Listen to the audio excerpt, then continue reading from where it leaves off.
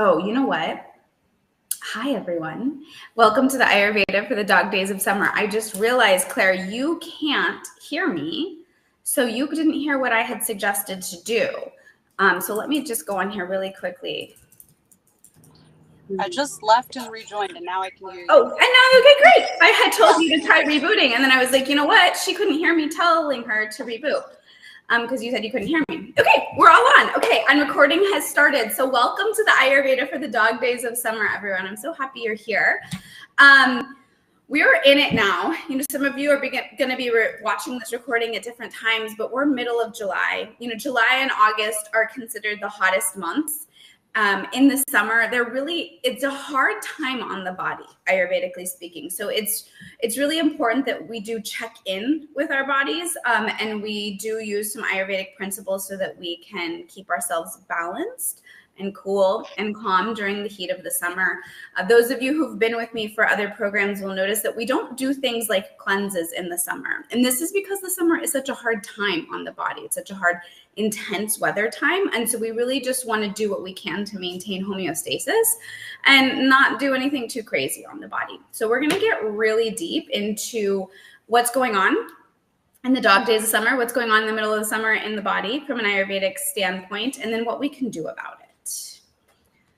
So here we go. All right. So if we haven't met, my name is Lillian. I'm an Ayurvedic health coach, a hormone health coach, and a yoga teacher.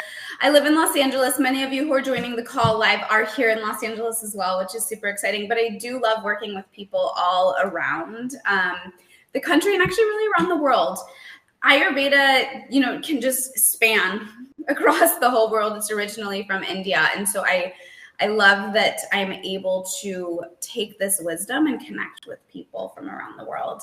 I found Ayurveda 13 years ago in my first yoga teacher training, and it really, truly changed my life. I have never looked back. I often share the story of my health challenges and how I found Ayurveda in my cleanses. So some of you may have heard that. Some of you may hear that at a time in the future, but I'll spare us for today. Just know that I truly love it. I live and breathe it, and I love sharing it with you all. I lead one-on-one coaching programs, group cleanses, retreats, workshops, and things like this so that we can all be empowered with Ayurvedic wisdom. The beauty of Ayurveda is said that it's something that we remember. It's not something that we learn. So our cells, our souls, and our bodies already know Ayurveda because it's the oldest science. It's been around for so long. It's so intuitive. And as we remember it lands in the body differently. You know, so one of the things about Ayurveda that I love is you'll never hear an Ayurvedic recommendation and be like, I wonder if that would be good for me. Or, you know, like when someone comes up to me and is like, do you think I should start? And it's like something super extreme. Like if you just have to ask yourself, do you think I should? The answer is probably no, right? But with Ayurveda, when we start to learn the principles or remember the principles of Ayurveda, I found that there's never really that do you think I should moment. You know, your body's just like, oh, yeah, I remember that. That's a good idea. So we're going to get into some of those good ideas for the summer. Here we go. All right. Oopsies, wrong way.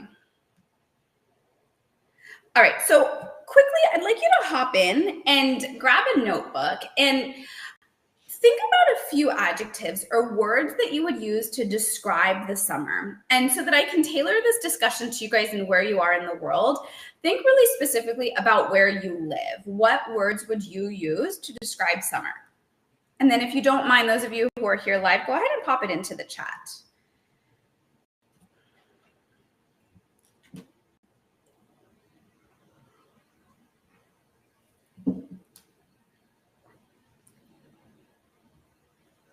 Once you guys are ready, what words would you use to describe summer? Okay, Jessica's in Seattle. It's hot and sunny.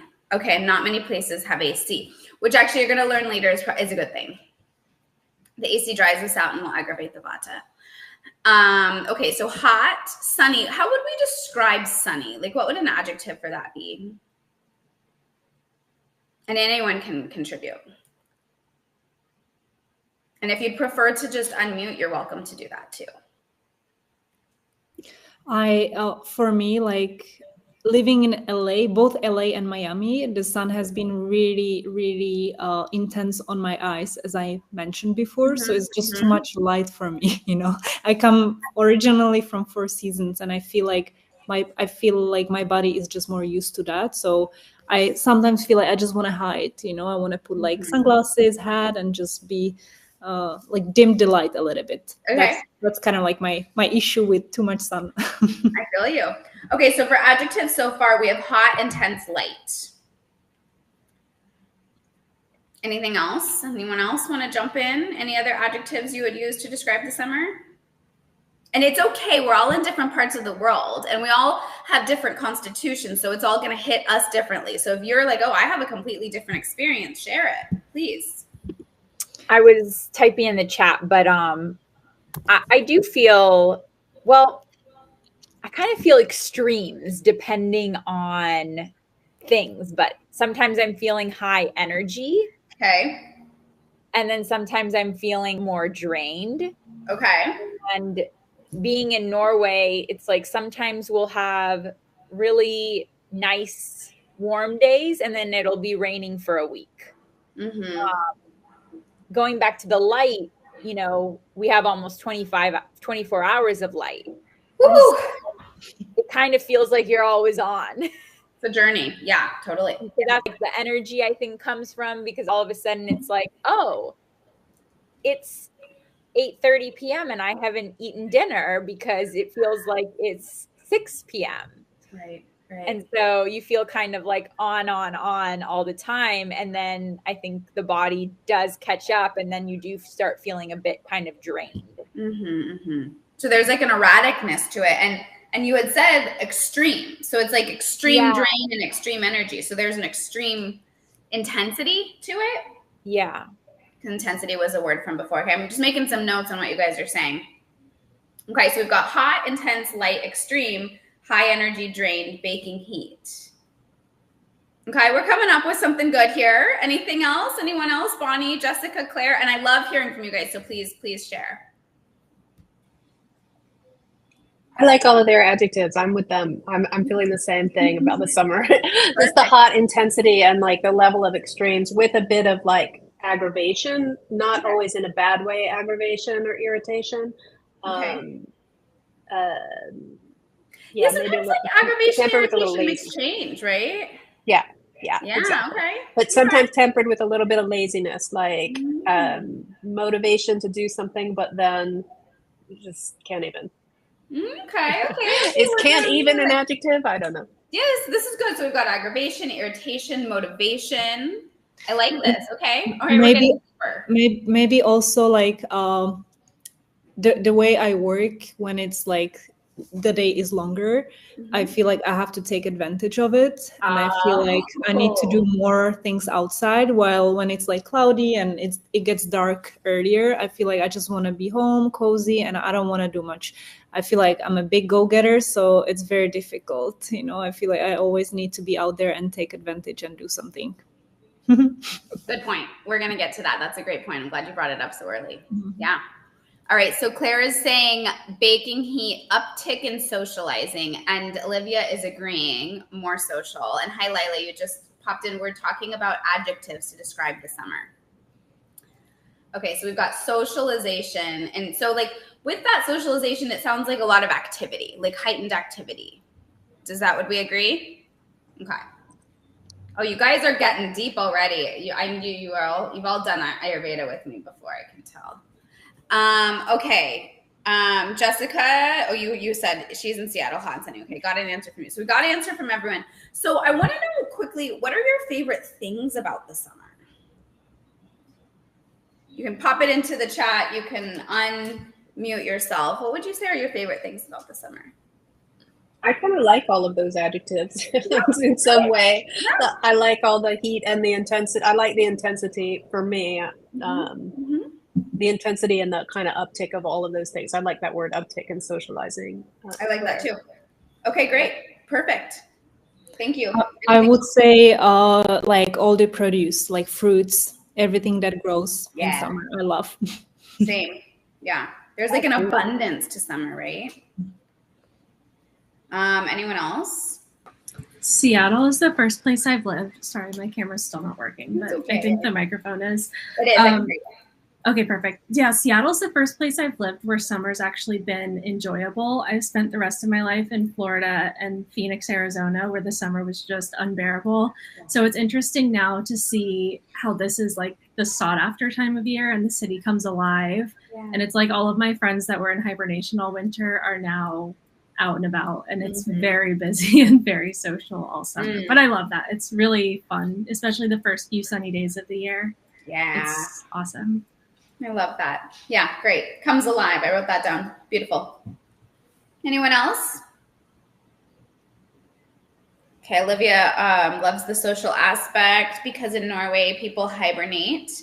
The energy feels very contagious in the summer. So can we say that the energy spreads in the summer? Could we say that? Okay. Energy spreads. I love this. Okay. And then Olivia also loves all the fresh fruits. We're going to talk about those. And then delicious strawberries and raspberries. Love it. Okay. Also, maybe I would add like the feminine side comes out more of like dressing up, putting like heels, you know, like in general, there are more events, I feel like, but summer to me is related to like cuter outfits, maybe. I love it. I more love feminine. It. It's like yeah. I want to say like a sassiness to the summer, you know, like the heat like adds like a little like sharpness. Yeah. It's like the feminine energy I feel comes out more. Love it, love it, love it. I also feel like there's permission. There's more permissions for those kinds of things also. Like we allow ourselves that and the permission for sassiness from ourselves and from others. I think those two go. That's a good one, Kat. I love it. Yes. Okay. Okay. These are fun. I have not heard that before, but I love that. Thank you. All right. Let's switch gears a little bit. What are your least favorite things about the summer?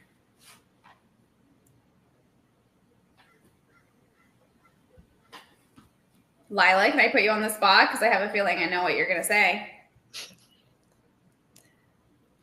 That again. What are your least favorite things about the summer? I love the summer. Wait, what's happening? There we go. I love the summer.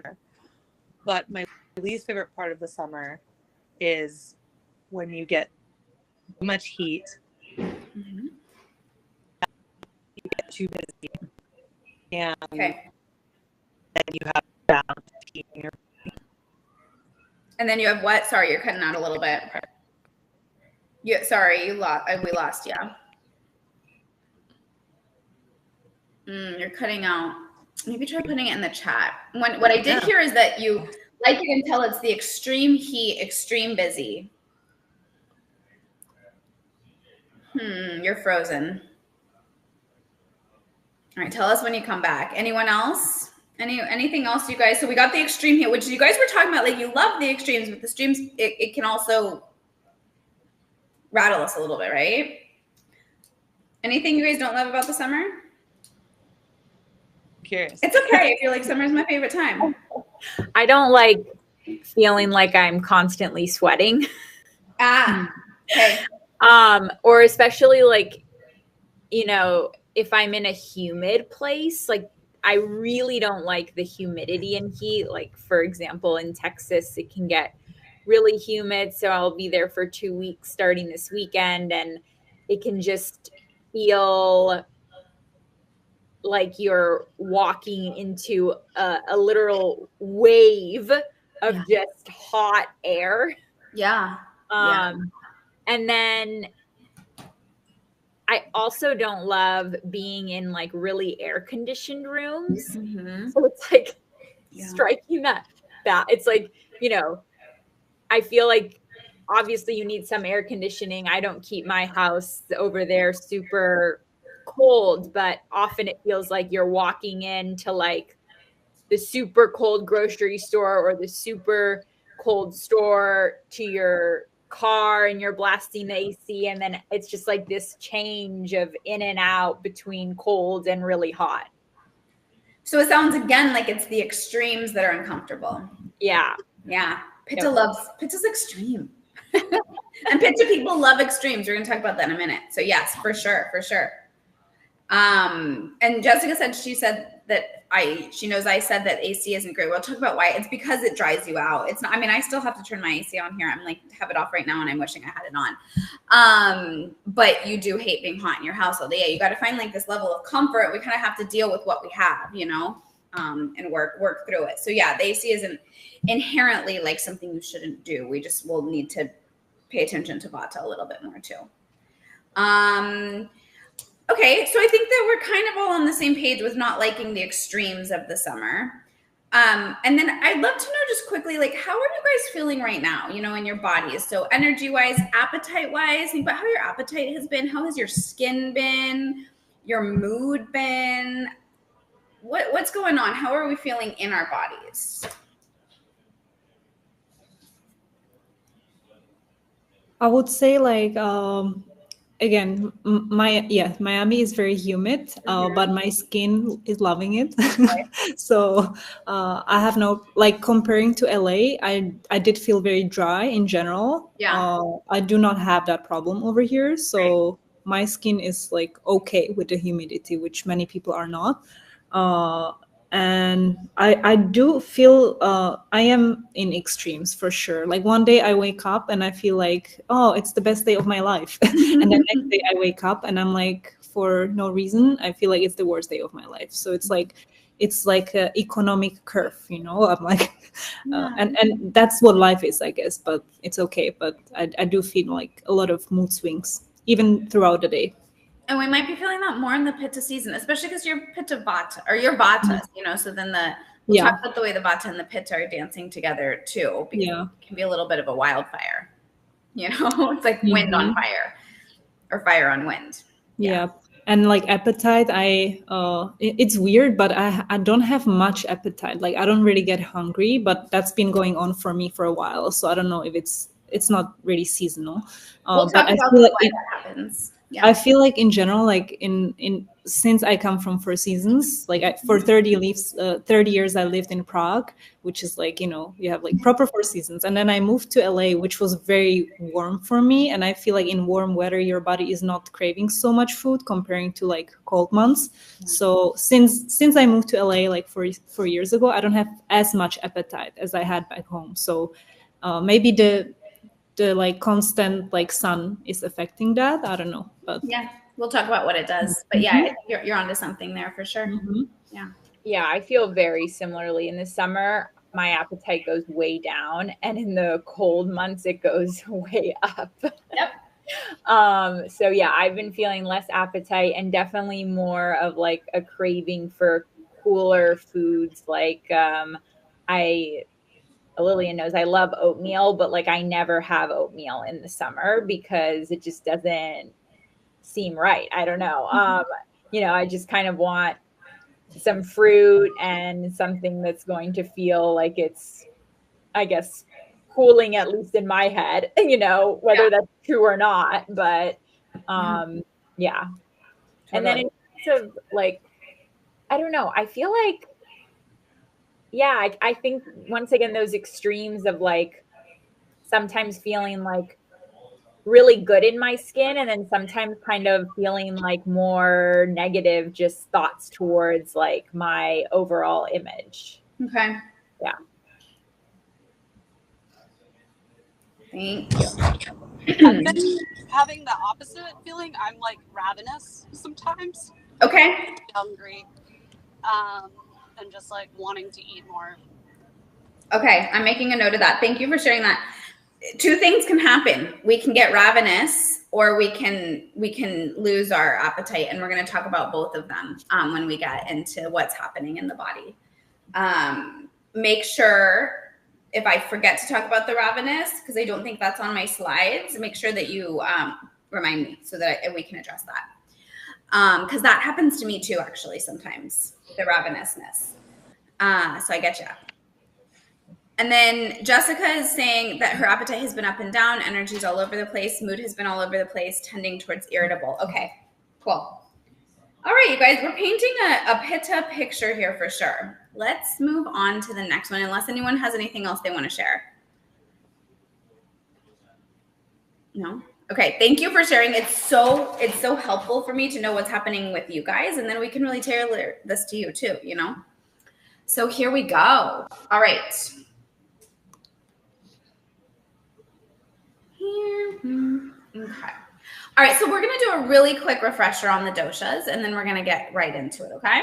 So let's see. Vata dosha, air and ether. The qualities of vata. So remember, if you're new to Ayurveda, we're different than the Western medical science. Where in the Western medical science, we're looking at quantities. We're looking at like how much do you weigh and how many grams of protein do you eat? And, you know, we're looking at like markers in your blood levels. In Ayurveda, we're looking at the qualities of everything. We're looking at the quality of the food that you eat, the qualities of the symptoms or the signs that are presenting in your body, the qualities of your body type, your frame, your mental tendencies. And so we're going to talk a lot about the qualities of foods and the quality of the weather in the world around us in this talk. So Vata dosha is made up of air and ether. The qualities that make up Vata dosha are cold, dry, light, subtle, and mobile. Vata dosha generally is connected to things like anxiety, gas, bloating, dry skin. Also feeling like really scattered, overwhelmed. A lot of people I've been noticing are self-diagnosing with ADHD. That can be very Vata quality, those type of things. Pitta dosha, which we're going to go deep into today, is made up of fire and water. The qualities of Pitta dosha are hot, sharp, oily, spreading, and light. So let's compare that. So these are the traditional Ayurvedic qualities of Pitta dosha. The ones that I wrote down that you guys said were hot, intense, light, extreme, high energy, energy spreading, drained, baking heat, aggravation, irritation, motivation, socialization. These are pretty similar qualities to like, or even the sassy. You guys said sassy. I mean, I think about sassy as like sharp, right? They're pretty similar qualities to what these ancient texts are saying. And this is where Ayurveda is so cool. It's like, oh, we already know it. We just have to remember it. We're going to go into great depths on Pitta dosha shortly, so I'm not going to tell you all the things that it's connected to just yet. And then Kapha dosha is water and earth. The qualities of Kapha dosha are wet, soft, dense, dull, slow, and cold. Kapha dosha is generally connected to weight gain, fatigue, lethargy, depression, kind of feeling heavy, stuck. It's important to remember that we have all three doshas to varying degrees in our bodies. So the doshas show up in different body parts. They show up in different seasons. So if we are a Pitta person, this doesn't mean that we don't have Vata and we don't have Kapha. We're just going to be more predominant towards one. And then in the season, so right now in the summer season, we're all going to be more predominant towards Pitta because that's what's happening in the world around us. But the doshas are working together with one another. I like to do this masterclass right in the middle of summer, the dog days of summer, because we kind of transition from a Pitta Kapha time into a Pitta Vata time. So the Pitta is really high, and then the other doshas may be at play too. So it's a really important time to be paying attention to our bodies. If anyone is watching the recording and this is new to you, Ayurveda is new to you, I do have other resources on discovering your doshas, and you'll learn a lot more about the doshas there. So you can absolutely find some of those other resources to get a deeper dive into Vata and Kapha. All right, let's talk about Pitta dosha. So Pitta, summer is Pitta season. As I said a moment ago, we're all going to feel an increase in Pitta in our bodies because of the weather around us, because it's just hot outside. So unless you live in the Southern Hemisphere and you're not in Pitta season right now, we're all going to have a bit of elevated Pitta. Those of us with a very Pitta predominant constitution are probably going to feel more, and we're going to figure out how to know if that's us in a moment. The elements, again, are fire and water. So think about like that hot humidity. That's Pitta. I always put a picture of lava when I'm talking about Pitta because I think about lava as Pitta. Like it's got that like heavy watery quality to it because it moves, but it's not like a cool water that, you know, makes you feel good. Like it's a hot, sharp, piercing water. As we said a moment ago, the qualities are hot, sharp, spreading, mobile, liquid, and light. And it's light because when Pitta burns things up, it makes things really dry. You know, so think about like scorched earth. Pitta itself, like the lava, isn't necessarily light, and that's where we feel like that heavy dampness. In the body, Pitta presents as the blood, the hormones, which travel in the blood, digestive enzymes, and bile.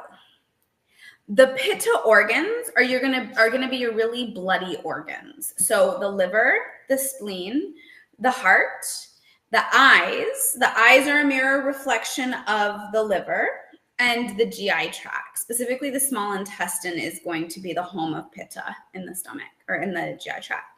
And so these, when we have elevated Pitta, we might start to see things present in these organs, or we want to pay extra attention to protecting and caring for these organs. And we might start to see things happening with the blood, the hormones, the digestive enzymes, bile, things like that. I'm going to talk about that again in a moment. All right, continuing on. All right, so let's talk about what a balanced Pitta looks like and how to start identifying Pitta in our own bodies. So I put 3 pretty like iconic Pitta individuals here that most of us probably recognize, and we'll start to kind of look at them and see if we see some of the characteristics both mentally and physically in these bodies that most of us know, or in these humans that most of us know. So mentally, and make notes, which one you're like, oh, I really think that this is me. A balanced Pitta. So when we're high Pitta, but it's not imbalanced, it's really working as our greatest strength. A balanced Pitta is going to be intelligent, goal-oriented. That's why I mean, all of these people are quite intelligent and goal-oriented, but I often think about like a politician, a good politician in balance is going to be very intelligent, very goal-oriented. The president of the United States probably knew they wanted to be the president of the United States for a long time. They had that goal and they worked towards that. That's Pitta. Efficient, strong-willed, determined, confident, ambitious, organized, focused, and charismatic. I mean, like, come on, Madonna, charismatic, She's my fave. Anyone see any of these characteristics in themselves? And you can brag about yourself a little. We're here for that. Yes. Yes. Yes. All of them. Yeah. Okay. Great. Anyone else? I saw Lila nodding too. Yeah, totally. She's got some Pitta. Bonnie, are you nodding down there? Yeah, you too. Okay, Olivia. Oh yeah, for sure. Okay, so the Pitta showed up for the Pitta Masterclass. I like it. Okay, Jessica's saying big time. That's great. You're drawn to the thing you need. Physically in the body, when we see Pitta, it's going to be about an athletic build. So usually medium build, good muscles, not too tall, not too short, just like an athlete. So they're strong, well-defined muscles. Pitta generally puts on muscles and tones muscles decently easy. Sharp angular features. I love this picture of Madonna because she's even like accenting her angular features, but do you see that angular jawline? And really all 3 of them, they have kind of that angular jawline. That is very, very Pitta. And sometimes you'll see this more in men, but it's like the most defined jawline. Anytime I see that, I'm like, wow, Pitta right there. Light skin and eyes, often quite Pitta. The red hair with that like paler skin and very light eyes, super, super Pitta. Freckles are very Pitta. So people with lighter skin and freckles, we generally are going to assume that their innate constitution has a lot of Pitta in them. A sharp gaze. Do you ever have someone who like they're like looking at you and you're just like, oh my God, they've got the eye contact down. That's a Pitta. Red hair also, because red is the color of like fire, of heat. So when we see redness, we think Pitta. Anyone see some of these physical characteristics in their body? Yeah, perfect. And remember, we've got others too. All of the doshas are at play. So you may have some Pitta, some Vata, some Pitta, some Kapha, or maybe you're very Pitta. I don't know, but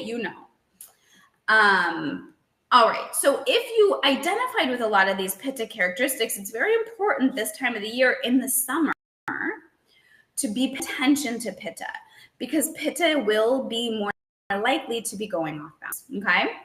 So we want to watch for early warning signs in both the digestion and the mind, okay? So Pitta, Generally in Ayurveda, we would say that the first place that the dosha goes out of balance is going to be in the digestion. So we always want to be looking at the digestion. We're going to talk about that a good bit in a minute. But with a pitta, you also might see it before it even shows up in the digestion. You might see it in the mental state. You might see it in the mind. And what I've noticed is that for a lot of us, we're so busy, we're not really aware of what's going on in our mental state or our mind, and we're really not even paying attention to what's happening in the digestion. But we do notice what's happening on the skin, right? Because it's a little more outward. And so even though there may have been early warning signs before that we ignored, once we see it on the skin, we're like, wait, something's happening. The skin is the mirror reflection of what's happening in the gut lining. So when something's showing up in the skin, we know it's happening in the gut. And so I do tell people to also pay attention to what's happening in your skin. You know, I think that's because we're so like, just as a society, we're now like on Zooms and looking at ourselves all day. You know, we see the skin before we see the rest of it. So in the digestion, things I want you to really start to pay attention to, these are early warning signs. Your body is talking to you that the pitta needs some balance. Diarrhea, loose stools. So your digestive strength decreases in the summer. We're going to talk about why. And some of you guys already had mentioned that it decreases. You're not as hungry. But as a result, we will see looser stools, not as well-formed bowels. Smelly gas. So not just like gas, but gas that stinks. That's not the fun kind of gas. I mean, none of the gas is fun, but we definitely don't want that.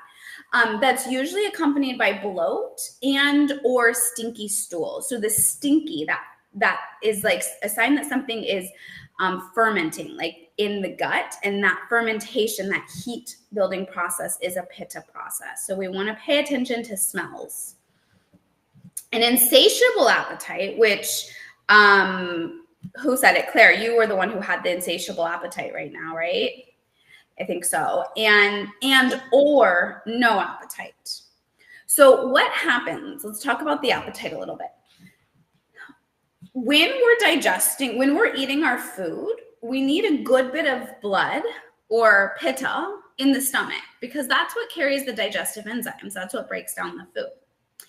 In the winter, and Katerina, you were talking about this, in the winter, what happens is when it's cold outside, all of the blood goes right into the internal organs to keep the internal organs protected and warm. This increases our digestive fire and it increases our digestive strength because all of a sudden we've got a ton of blood and digestive enzymes in the core, in the organs, because it's really important for the core to stay warm.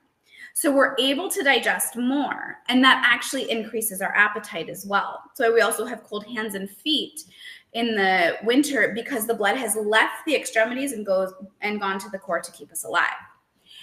In the summer, your body is trying to keep you cool. It doesn't want your internal organs to overheat. Since the blood is hot, when you're out in hot weather, your blood is actually going to move away from the core into the extremities so that the internal organs in the core, the digestive system, the liver, the kidneys, all of those, they don't get too overheated. That's why we often have much warmer hands and feet, and we might see more like redness, pink fleshness in the cheeks and the fingers in the summer. It's because the blood is actually moving out. Now, when the blood moves out, that means the digestive enzymes and the bile and on that like metabolism and Agni, digestive fire boosting blood has moved out of the stomach. So we have less capacity to digest food. And we also then are likely not as hungry. Now, on the flip side, as Claire is experiencing, and I often will experience too, and I want you guys to watch for this as the heat goes on. Sometimes things get too hot. Like we get real hot in the summer, or we're too much in and out of the cold, like the cold AC and then the hot outdoors, cold AC, hot outdoors, those extremes. And it's like the blood doesn't know where to go and the digestive enzymes don't know where to go. And then the digestive enzymes keep going into the core to keep you warm. And it starts to stoke the digestive fire until the digestive fire starts to rage. You know, like it's like you've put the erraticness of the AC and the no AC or whatever it is, the lifestyle on the fire, and you've blown it into a wildfire. So when the wildfire or your digestive Agni, your digestive strength is raging, then you get hangry, and you can't get enough food. Like your body is just burning through the food as quickly as you can. And that's why we also might have a voracious appetite, because the pitta and the vata have worked together and the fire is burning. So watch for that too, especially come August. I notice that kind of starts to happen for people. And with both of those, we'll likely have diarrhea and loose stools. We still won't have really strong digestion because it's not balanced. Burning in the stomach, like just heat in the stomach, is going to be a sign of pitta out of balance. Acid reflux, anything acidic, anything heat, burping up food, a hot feeling in the stomach, and yellow or bile in the stools, because remember, bile is pitta. All right, so that's what we look for in the digestive system. In the, skipped one. In the mental state, emotionally, what are we looking for? Anger.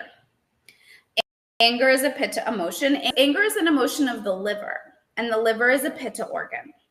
Irritability, short-temperedness, perfectionism.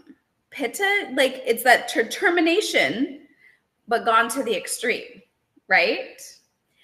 Workaholism, again, determination, intelligence taken to the extreme. And you guys were all talking about the discomfort of the extremes of summer, and that's so common with pitta. Being judgmental, both internally towards yourself and externally towards other, that's going to be a very pitta type of warning sign.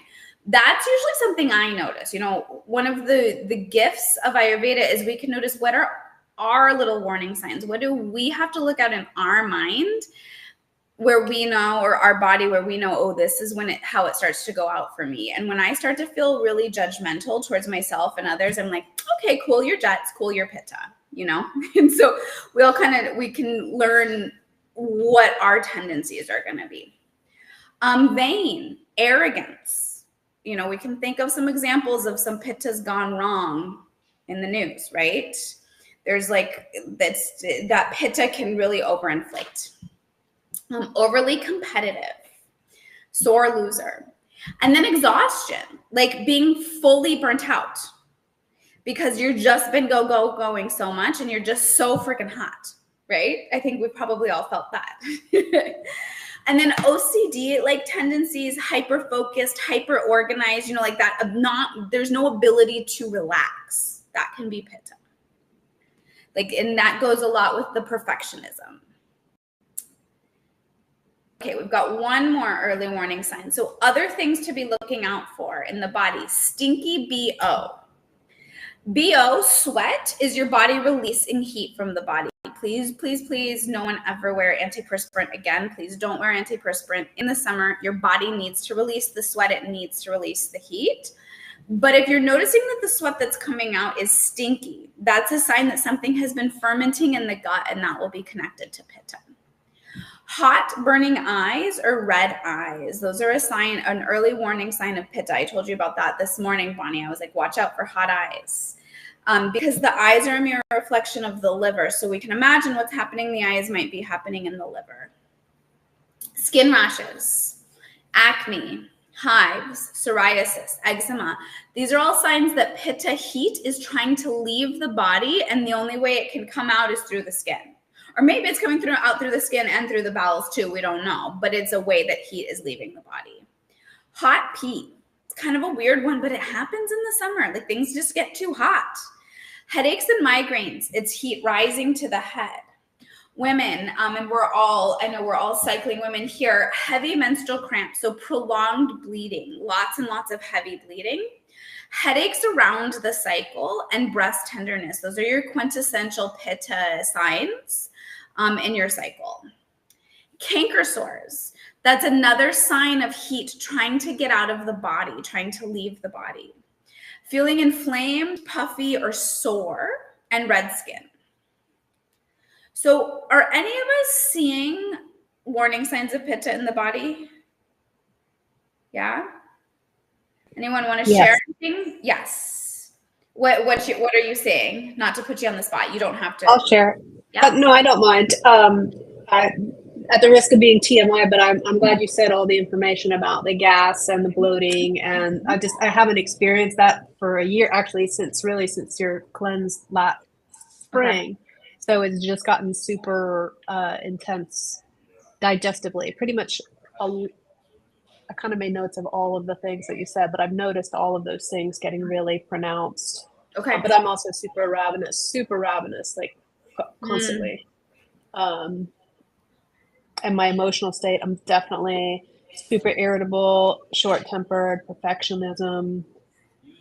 Yeah, I got a lot of pitta imbalance happening this summer, and the heat is like, pitta is super high. And I was really glad when you said to watch out for my eyes feeling hot, like hot eyes, because that totally makes all of this makes so much sense for me personally. What I'm feeling, all of those. Yeah. Not that I'm not really getting puffy or sore, but I'm super dried out.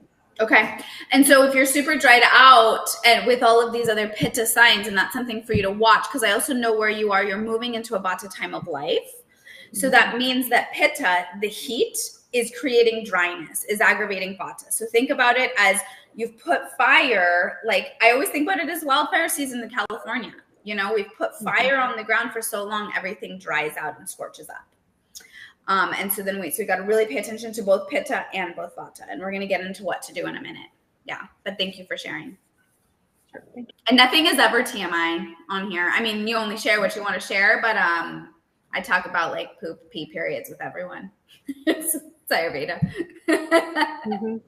Anyone else? All of the poop symptoms. Sorry to go back to that, but all of I'm really glad you pointed that out, because I've been paying close attention for the last year and change, and so to notice all of those things, I wasn't considering them as pitta imbalance. I didn't know, so that's perfect to know also. Okay, good. I'm glad that landed. Yeah, perfect. Anyone else? One more want to share? I've been having two main of the things you mentioned. One is the eyes, as I said, like crazy red, like I can see the veins, and it's like burning. Okay. A lot. That's why I even put the blue light glasses right now, because They're thank you. At night, if I look at my phone or computer, which I try to not, but if I do, immediately like crazy like burning pain. I get it throughout the day. I like my eyes are constantly red, and it's so annoying.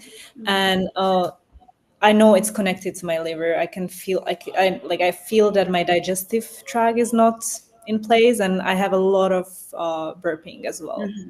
Okay, so the food's coming back up. Yeah. Now, here's the thing. I'm glad you said it's connected to your liver. We'll talk about some things later on to do for the liver that will be really important specifically for you. The liver, the pitta organ, is so important to take care of, because the liver is our main detox organ, so I think that if we drink alcohol, we think of the liver, but then we don't really think about it. But it is detoxing everything, all of the chemicals and the pharmaceuticals and the microplastics that are in the water and like the food that we eat. I mean, it is constantly processing for us. Even if we're taking a lot of supplements, healthy supplements, our liver has to process that. So our liver is getting overworked. The liver is so important. Yes, it detoxes, but it also cleans the blood. So the liver is the main organ in the health of the digestive system. Like without liver health, we can't have a healthy digestive system because we don't have healthy, clean blood. We also need healthy blood because that is where our hormones travel. So the hormones travel through the body in the blood. And so the liver is the main organ for hormone balance as well, and so this is something that Western medicine, I think, kind of misses when they're talking like broad strokes about what to do with hormone balance. It's like, we got to make sure that the liver is happy before like the estrogen and progesterone in our periods are going well, so if we're intuiting that things are happening with the liver, that can start to impact in all sorts of different ways. So we want to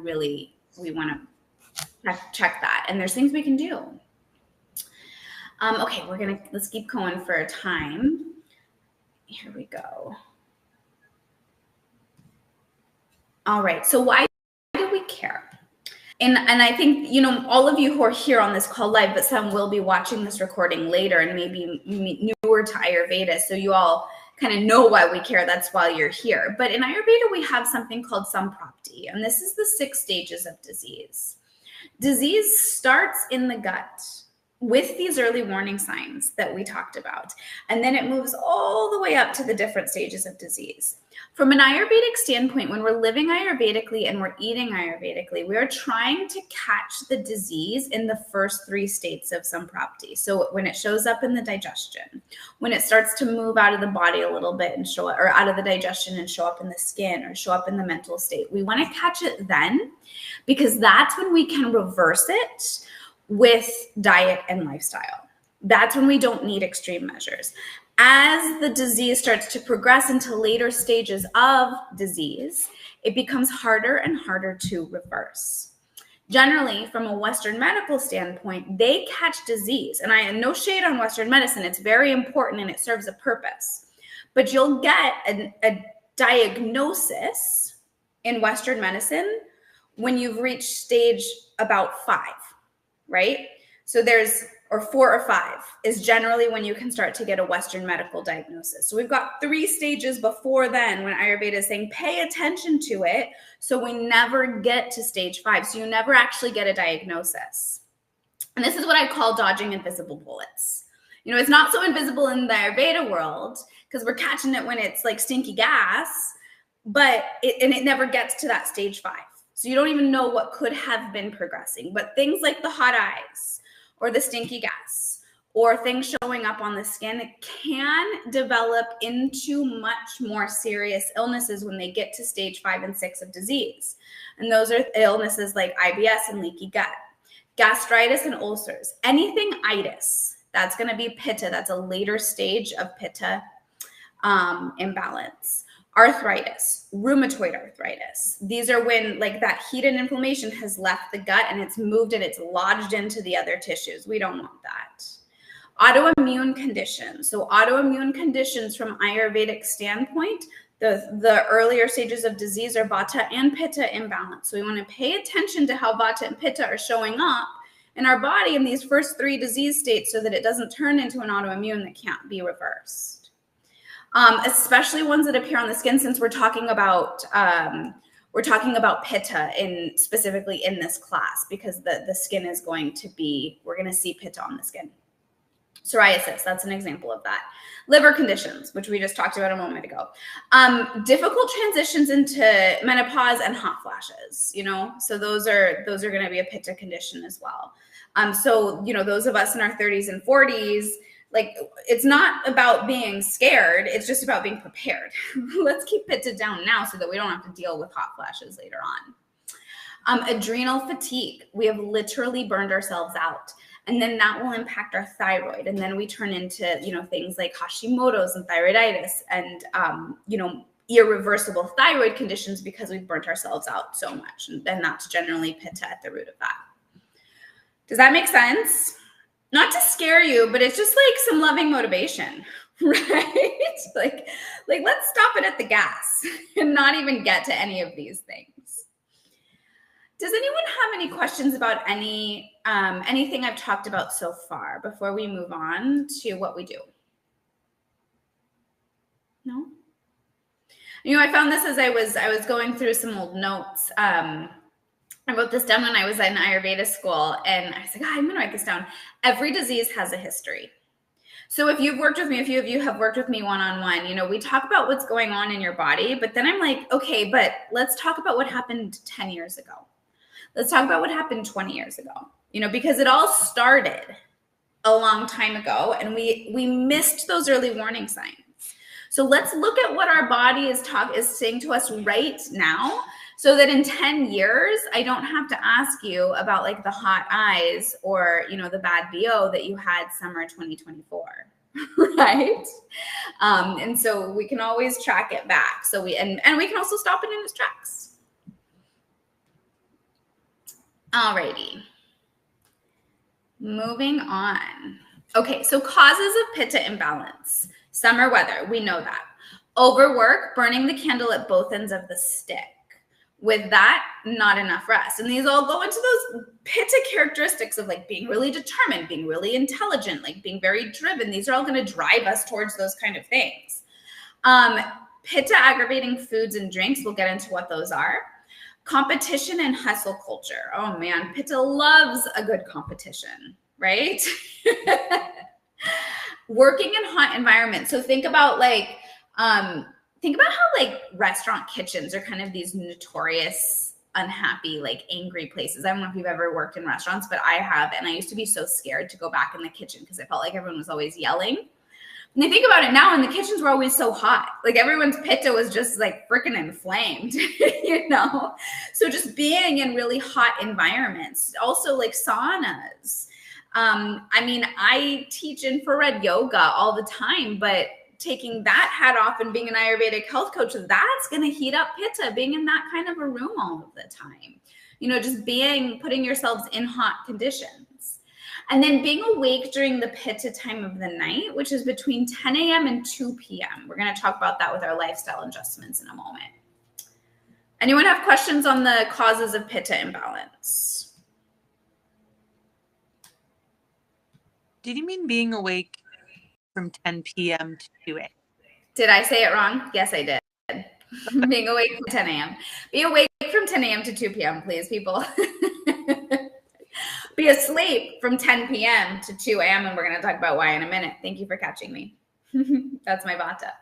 Alrighty, you guys. So pitta season lifestyle adjustments. If anything, this is the most important one. This is probably the hardest one. Rest, rest, rest. Pitta needs rest. Pitta needs to schedule their rest because pittas overschedule themselves, right? Put it on your calendar. Chill out near water. Water is going to cool pitta. If you live near the ocean, get your feet in the ocean. If you live near a body of water, put your feet in the body of water. Look at the body of water. Be around, be in nature. If you're nowhere near water, just be in nature or in beautiful locations. Because pitta is so sharp and intense, we need to cool pitta in the mind with beauty. This is actually what the texts teach, is that beautiful things cool pitta, right? So just being in beautiful landscapes, being in nature can be very calming to this. I'd like you all to do this. I'd like you to do this right now. Come up with an end of the workday ritual. Those of you who've worked with me one-on-one, I've probably made you do this, especially because it's the pitta type showing up here. But what happens is we need to shift our focus. We need to shift our nervous system from like go, go, go of the day into how we're going to stop the day and move into rest. And I find that the best way to do that is by ritualizing the day. And so this doesn't have to be an intense ritual. It's just something that signals to your body that now I'm moving into the rest time of the day. Can be putting on an essential oil, especially something floral or fragrant like a rose or a lavender essential oil is going to be calming to pitta. Maybe it's having a specific cup of tea. Maybe it's doing a quick breath work practice. We're going to go over specifics of all of these in a moment. But coming up with an end of the workday ritual, 3 to 5 minutes. Doesn't have to be long, but something to shift the nervous system and start to shift you into rest. Does anyone want to share? I know quite a few of you guys have actually done this with me before because we've worked together. Anyone want to share an end of the workday ritual they'd either like to commit to or have committed to and are going to keep going with? I'm drinking my end of day tea right now, my mellow.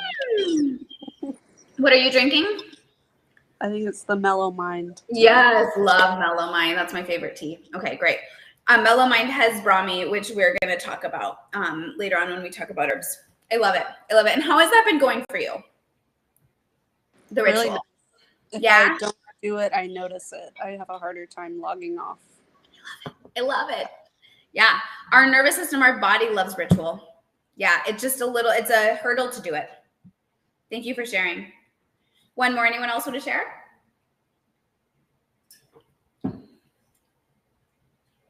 Okay. I won't put you on the spot. I don't have one. I want to have one. You don't have one, but you want one? Yeah. Nadi Shodhana. Or in and out through the left nostril for you. Yeah. That's the first thing that comes to mind for you. Yeah, I love You can do that anywhere. Yeah. I can literally Like you could sit down in your car when you're done, because I know your day ends at different times all the time. So sit down in your car and either do Nadi Shodhana or do like 3 minutes of just left nostril breathing. I love that. That's a great idea. Yeah, love it. Anyone else want one? I want one. I think I know you all enough. Katerina. I have a very strong like beginning of the day ritual where I drink my cacao. I have like 1 hour like journaling, whatever. But the night I do meditate. I try to meditate morning and night for like at least 15 minutes. But I like the essential oil idea or like something like it never came to my head. So I don't know. Do an essential oil.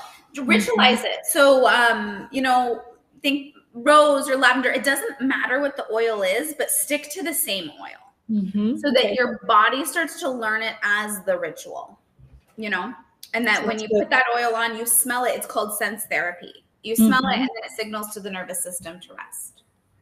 Yeah. So try one of those. And if you need help coming up with an essential oil, let me know. I've got an Ayurveda and essential oil book I can look through too. But I would say rose, lavender, chamomile, anything like that that's going to be calming. Perfect. Thank you. Bergamot, any of those.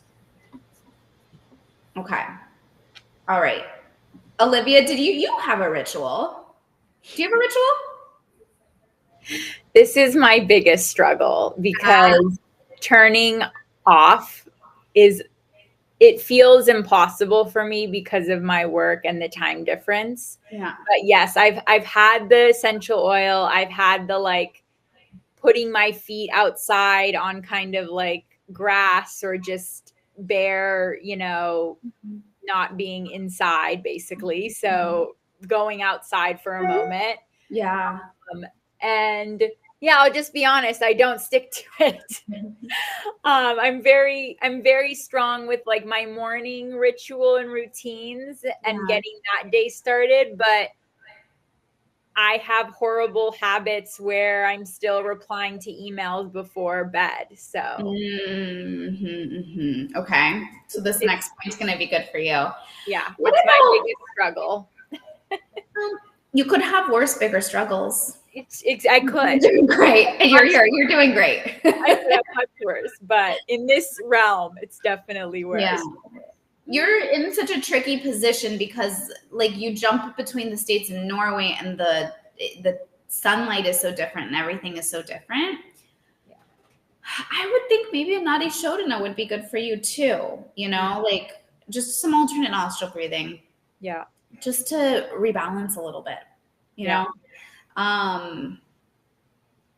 Maybe play with that and see how that feels.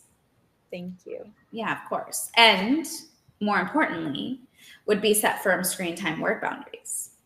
So those of you who know me know that my absolute favorite thing to do is to delete Instagram and to delete like basically all of the apps from my phone. Like I am just like this weird like person who just when I've had enough, I delete it all.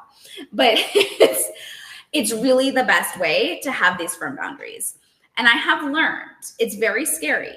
All you do is you press delete on Instagram, you press delete on the Gmail or the Outlook or whatever, and you just re-download it the next day and everything is remembered. Like nothing is lost. It's very easy to get back.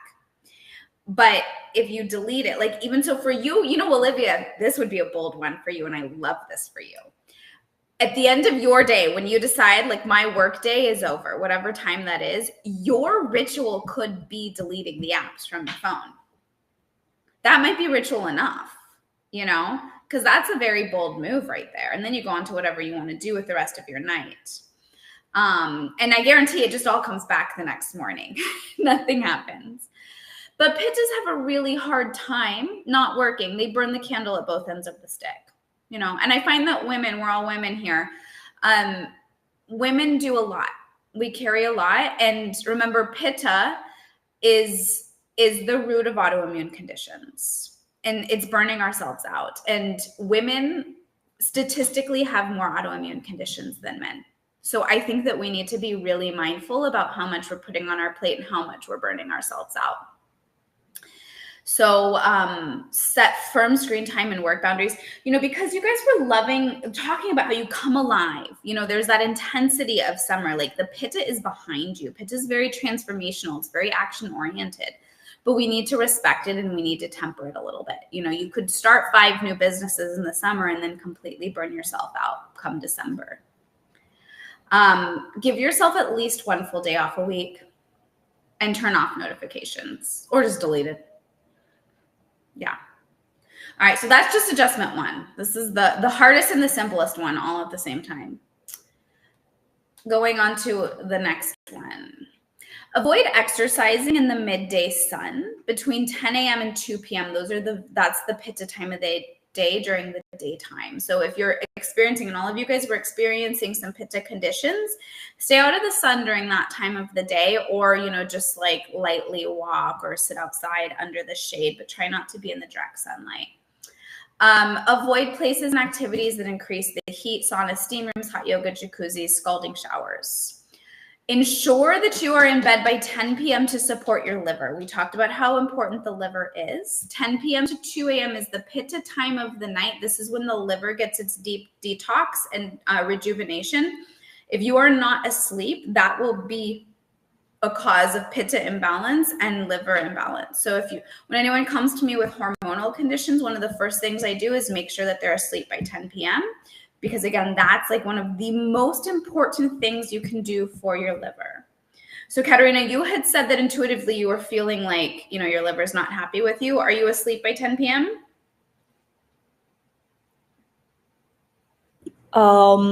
Yeah, I had a long period of that I was in bed. Like my husband was saying that he barely sees me in life because I sleep at like 9 a.m., 10 p.m. 9 p.m. 10 p.m. But lately it's been like, I would say 11:30 more than 10. But yeah, I had a long period of that. I want to get back to it. It's 9:35 here, so I have 30 minutes. I know. I'm so sorry. No, I'm joking. Yeah, you know, the summer is the hardest time to be in bed by the 10 p.m. bedtime because it doesn't go to bed. It doesn't get dark until late. So I find that like everything kind of happens a lot later. But because it's the summer and it's the pitta time, it's also the most important time for us to be in bed that early. You know, so that's a challenge that we got to really, really commit to. Yeah, and then I love the waking up early. You know, if I go to sleep at 9:30, 10, I mean, I'm up by 6, 7. Amazing. Exactly. Yeah, you've got so much time for your day. Yeah. Here's another one I'd like you all to practice. So taking things off your plate, because again, as pittas, we can lead towards burnout. So at the end of every day or at the end of your workday, I want you to make a list of everything you need to do the next day. Like really realistically make this list, include the errands, the shopping, like the work, whatever it is, the family chores, you know, what you need to do, and then take one thing off the list. Practice taking things off your plate every single day. Practice creating space. That itself will balance pitta. This is also important for protecting ojas, or our immunity, our vital essence. You know, it's that not burning ourselves out. I have to add something to this. It's resonating with me. I'm reading a new book of Robin Sharma. It's called Wealth That Money Can't Buy. And there is one chapter that talks about create not to-do lists. So instead of creating to-do lists, which we all are like, you know, going to, we always want to put that list down. It talks about like, how can you create a list of what not to do, right? Like the opposite. So I feel like it's the same what you said, but I love that. I've been trying to do that. Of course, difficult for my personality, but aware. But it's practice, you know, it's practice. And it's just kind of overriding the like intuitive, the nature of our doshas and creating new pathways. And you can totally turn these new pathways into habit. Yeah. I love the not to-do list. I'm going to start doing that. Okay. One more. Adjust your meal times according to your appetite. Because so those of you who have studied with me in the past or who've done cleanses know that I'm really big on your 3 set meals a day, your morning, lunch, and morning, noon, and night meals. And we focus when we're cleansing on having middle of the day be your biggest meal, because in general, that's when the digestive fire is the strongest. What I love about Ayurveda is it teaches us the rules and teaches us how to break the rules. Big on rule breaking. I'm an Aquarius. So in the summer, in the heat of the day when it's really hot, we now know that perhaps what's happening is that the digestive fire isn't very strong at all, but that the blood has actually moved out of the core so that we can maintain coolness, we cannot overheat, and we might not be that hungry.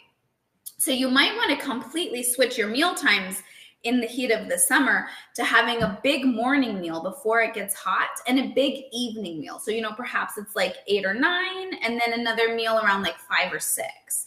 And just having a small snack, a juice, some fruit, something like that in the middle of the day, because eating a heavy meal when the digestive fire is low can actually contribute to some of those digestive issues. So this is a good time of the year, listening intuitively to what your body is asking for, to break the mealtime routines, okay? But do so that our body knows, our Agni, our digestive fire knows when the food is coming. Try to stick to some type of routine. We don't want it to be erratic. We want to break the rules, figure out what the new schedule is, and then stick to that new eating schedule until fall comes. And then hopefully most of you will do the fall cleanse and we'll reset it all back to the 3 meals a day. Does that make sense? Yeah, great. Okay.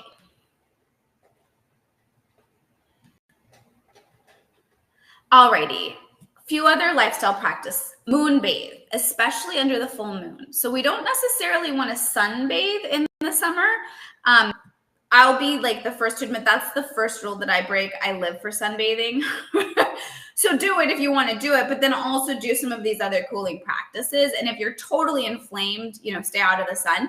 But moon bathing, especially under the full moon, is going to be very, very cooling. So if you're feeling these overheated pitta symptoms, get out into the moon. We have a full moon coming up on Sunday. So we're kind of moving right into it. So this is great timing and it will really cool you. This is also a practice that's really wonderful for irregular cycles. Bathing in the full moon 3 days before the full moon and 3 days after the full moon can help regulate our cycle as well. Spend time, I said this earlier, spend time in or near water. We also talked about this earlier. Add floral essential oils to your routine. This is sense therapy. We talked about how. Abhyanga, so self-oil massage with coconut oil or Brahmi oil. Those are going to be your cooling pitta oils. I do have in your course where you guys found the link to this, I put up some resources. So you do have some links to some oils. You can use an Ayurvedic pitta massage oil, which has a lot of cooling herbs. You can also use a Brahmi coconut oil, and I've got links to both of those. If you find that you have a hard time like turning your mind off, or like stopping work, the Brahmi coconut oil is going to be really lovely for you. Brahmi is a type of herb. It cools pitta in the mind. So it specifically works on the mind. And you actually would give yourself a head massage with the Brahmi coconut oil. And that can be a really nice evening practice. And so that is linked there, and that will cool the mind. Look at beautiful things. Here's a sign to buy yourself flowers. Like the eyes are a pitta organ, remember? And we need to look at beauty to balance pitta. So if we use the pitta organ to look at the pitta balancing things, we're balancing pitta. So even if you just have like a beautiful, if you go watch the sunset, or you have a beautiful painting that you love, or you buy yourself flowers, and then it's the practice of being mindful and pausing the go, go, go, the hustle to just admire how beautiful it is. These little things can be so impactful on our health. A gratitude practice in the morning or in the evening is really important for pitta. So a gratitude practice is one of the best ways to balance pitta in the mind. I didn't mention it here, but loving kindness or metta meditation is also a wonderful practice for pitta dosha. If you don't know metta meditation, do look it up. If we have time at the end, I was going to guide you all through a short one. I don't know if we'll have time, but we'll see. If not, I'll try to find one online for you, a nice metta meditation, and I'll link it in the resources here, because anything that brings the mind to more of a gratitude place, more of something that's going to balance that like judgmentalness, that irritability and sharpness of pitta is going to be really important this time of year. And then play. Like literally, what can you add to your day that's nothing but fun? Pittas are competitive, they're driven, they're organized. A lot of times like a pitta fun is still like productive. Can you practice being just silly? Really hard for pittas to do. Can anyone think of anything they've done recently that's just like, wow, that wasn't productive at all, or that was just Totally goofy. Totally fun. A bunch of pittas on the call, and we're all like, well, we started a new business, and we we signed up for this new course, and we're in a 300-hour teacher training. That's fun. Anyone? Okay. Make that a challenge. Pitta's like challenge. I might have something to share. Okay, I found this specialty tea place here, close to where I live, and I go there every Wednesday. It's like 2 hours tea table, and the lady is just serving you like Taiwanese, Chinese, and Japanese specialty tea, so the real true tea. Yeah. And it's just, I just go there for fun. Sometimes I feel like I don't deserve it, like I feel like I need to deserve it, but I'm like, it's okay, just go have fun, and it's totally worth it. So I try to add more of these things to my life, even though my ego says like, don't do it, but I do it. Totally. Yes, do it. Yeah. That's such a good one. Yeah. I got myself a little Strand Cruiser for the summer and have been bopping around on my Strand Cruiser with like music playing in the basket, and it's so fun. And then there's that pitta part of my mind that's like, but if I drove, I could get there faster, and then I could get more things done with my day, right? But it's like leaning into, but it's more fun to just bop around on my bike with the music playing, and that's okay, So start to see where you can infuse the play, and then have that discussion with your pitta, because it'll show up. It shows up for me every time, and I gotta be like, okay, cool, the pitta. It's okay to ride your bike. So I love that you're doing that, Katerina. And everybody, think about like where you can infuse little bits of play into your life, because that's going to really help, and it's going to impact the other physical symptoms too. It's all connected. We forget that. Anyone, anything else before we go on? Okay, here we go.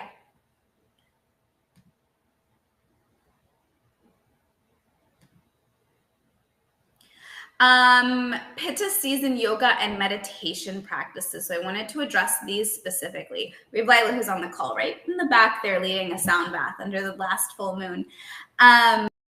Moon salutations. Remember, the moon is going to be cooling, the sun is going to be heating. So if you're feeling really overheated, practice moon salutations rather than sun salutations. So we're saluting the moon, we're cooling the body. Yoga Nidra. This is a very specific type of a meditation that's going to bring our body down into a deep theta, a deep state of relaxation. I need to make a note to do this. In our resources, I will add links to Yoga Nidra meditation so that you can all try those too if you haven't. So those will be on the resources after the call.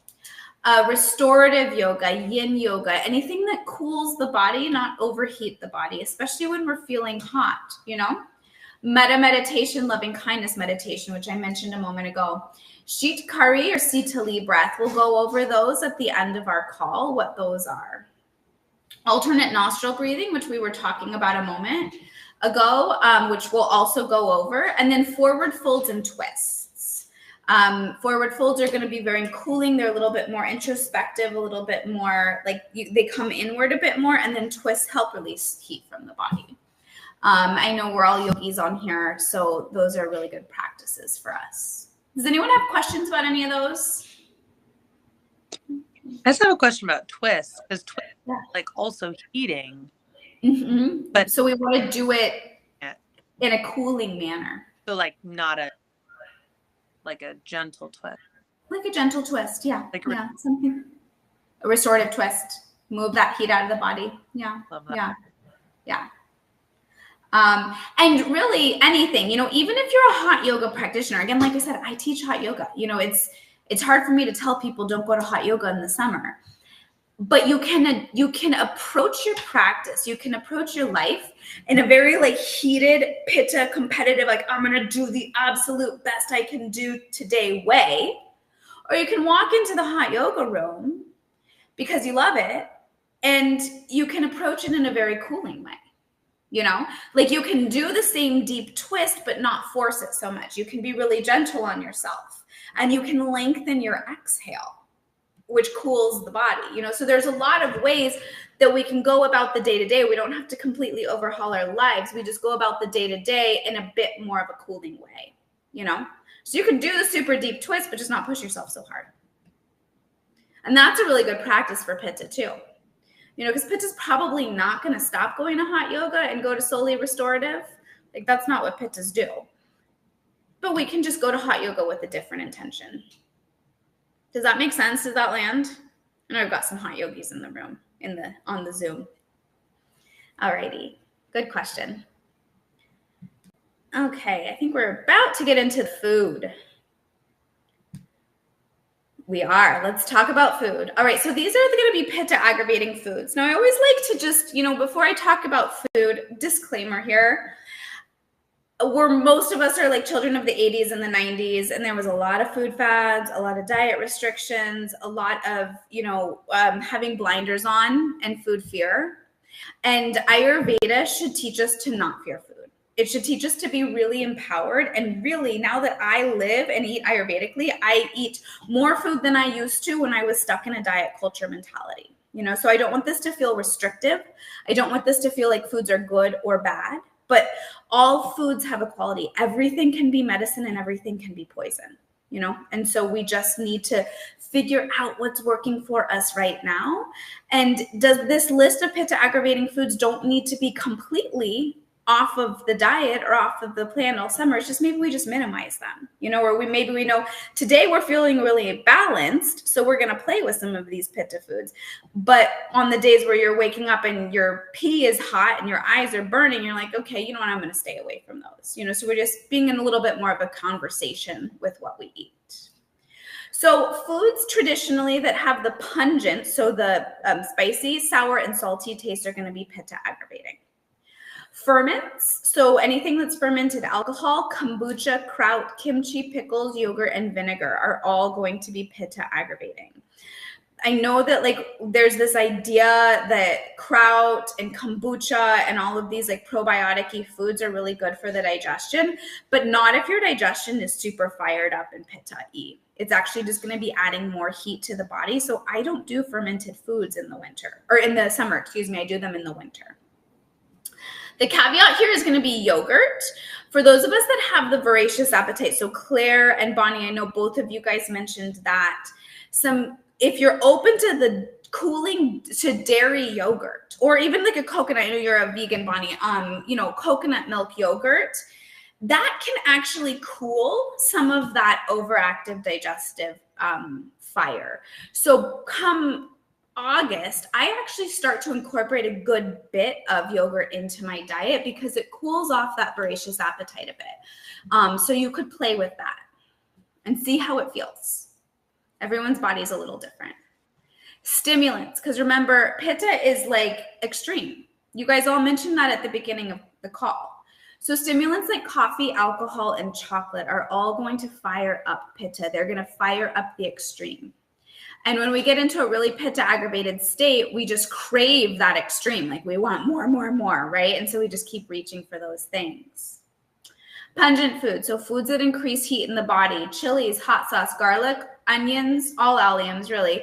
Peanuts, these are heating. Cashews are heating. Tomatoes, potatoes, eggplants, peppers, and believe it or not, spinach are all heating. And again, these aren't bad foods. They're just not foods to have on days when you feel totally fired up. Other things, salt. Salt increases heat. Sugar also increases heat and inflammation. Fried foods. Red meat is going to increase heat in the body. Gluten, it's going to be heating, inflammatory, and heavy. Stews. And then this is kind of an interesting one, citrus fruits.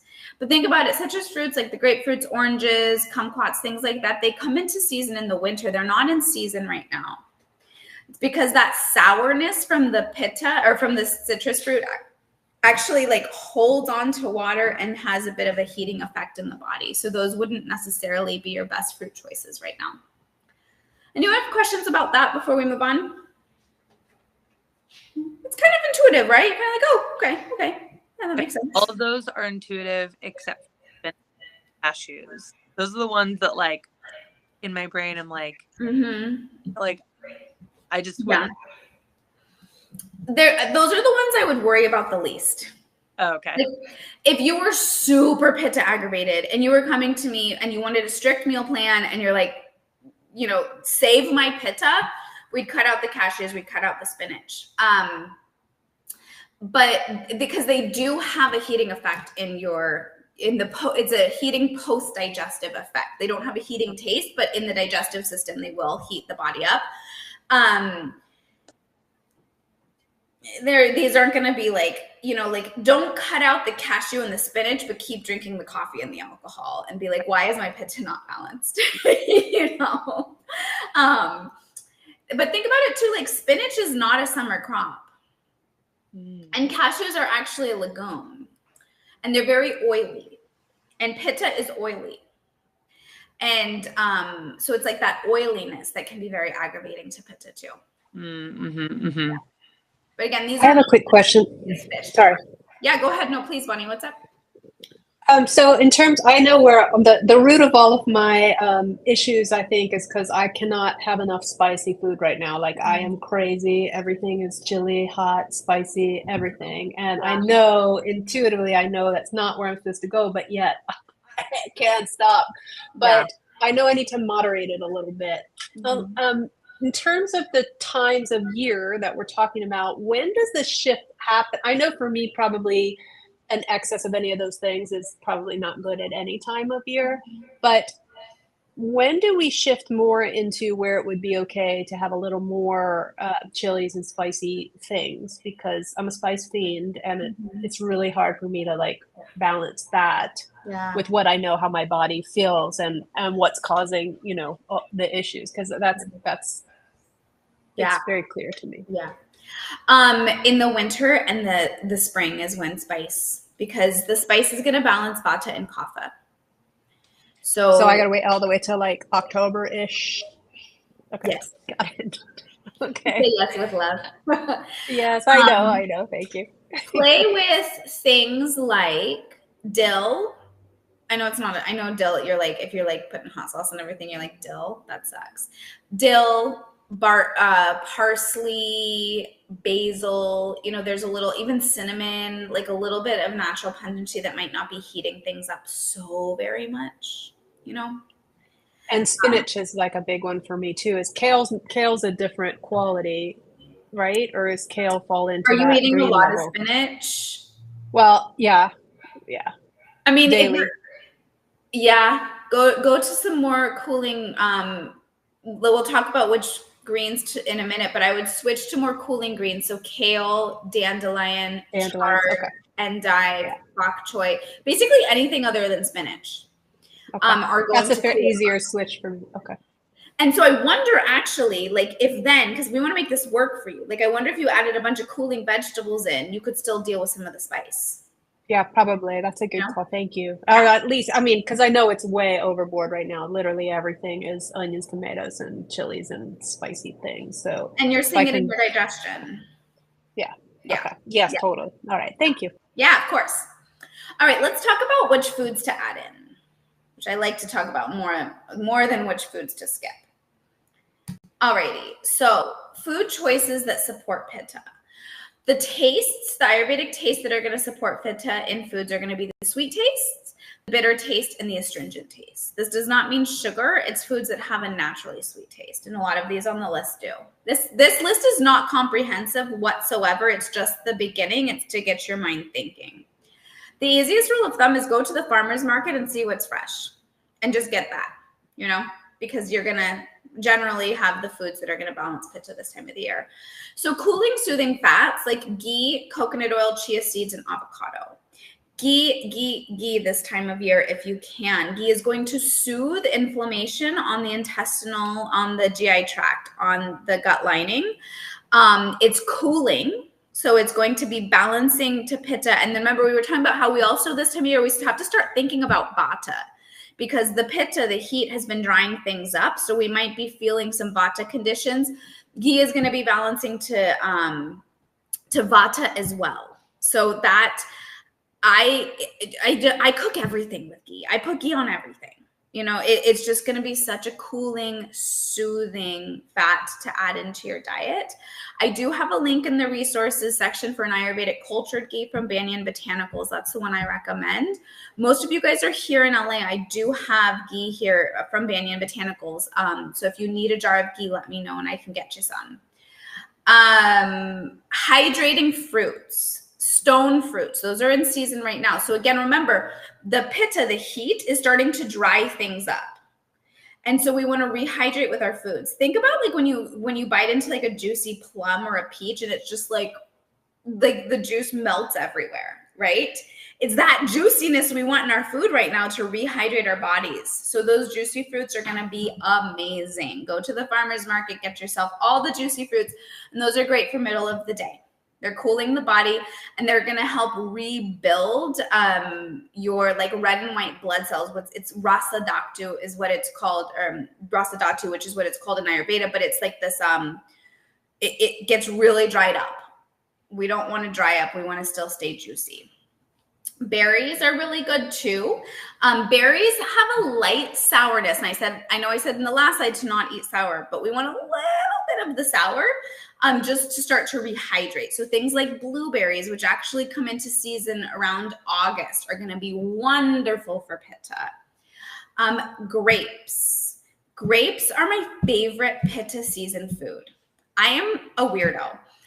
Every time I go to the beach, I bring grapes with me. You know, people bring like chips and whatnot. And I'm like, I brought the grapes because everyone needs to cool off. I'm not talking about grocery store grapes. I'm not talking about your conventional grapes. I'm talking about the local heirloom grapes you can find at a local market or at the farmer's market. But they actually cool pitta heat from the blood. And they are so juicy, so hydrating. The darker the grape, and this will really go for any fruit, the darker the grape or the darker the fruit, the better it is going to be for pitta. It's going to be more cooling for the blood. Melons, because they're so hydrating, but melons must be eaten alone. So away from other foods. They're too sugary to eat with anything else. They'll aggravate the gut. Pomegranates are also going to cool heat from the blood. And then coconuts, really rehydrating. Coconut water, wonderful this time of year. Bitters. So anything with the bitter taste removes, it basically releases bile from the liver and the gallbladder, which we know are all pitta, pitta, pitta, right? So we want to remove the heat. We want to remove the pitta from the body and help it excrete out. So it has a very cooling effect on the body because it carries that heat out of the body. Dandelion, number one thing for removing bile, number one bitter. Dandelion greens, they're so bitter, they're not that fun to eat, but they're worth eating. This whole list for you right here, Bonnie. Kale, broccoli, chard, cabbage, radicchio, endives, cauliflower, all of these are going to be nice bitters that are going to support cooling the body. Hydrating veggies. So veggies that have like some good water content. Again, we don't want those at the beginning of summer so much when kapha is still at play, but now that vata is coming into play, we're drying up a little from the heat. We need things like zucchini, summer squash, cucumbers, and lettuce. Here's a tip on cucumbers. The seed and the skins are very hard to digest. So peel your cucumbers and just kind of scoop the seeds out and then eat the rest of it. I usually take the cucumber peel, save the peel if it's from the farmer's market, and just soak it in water.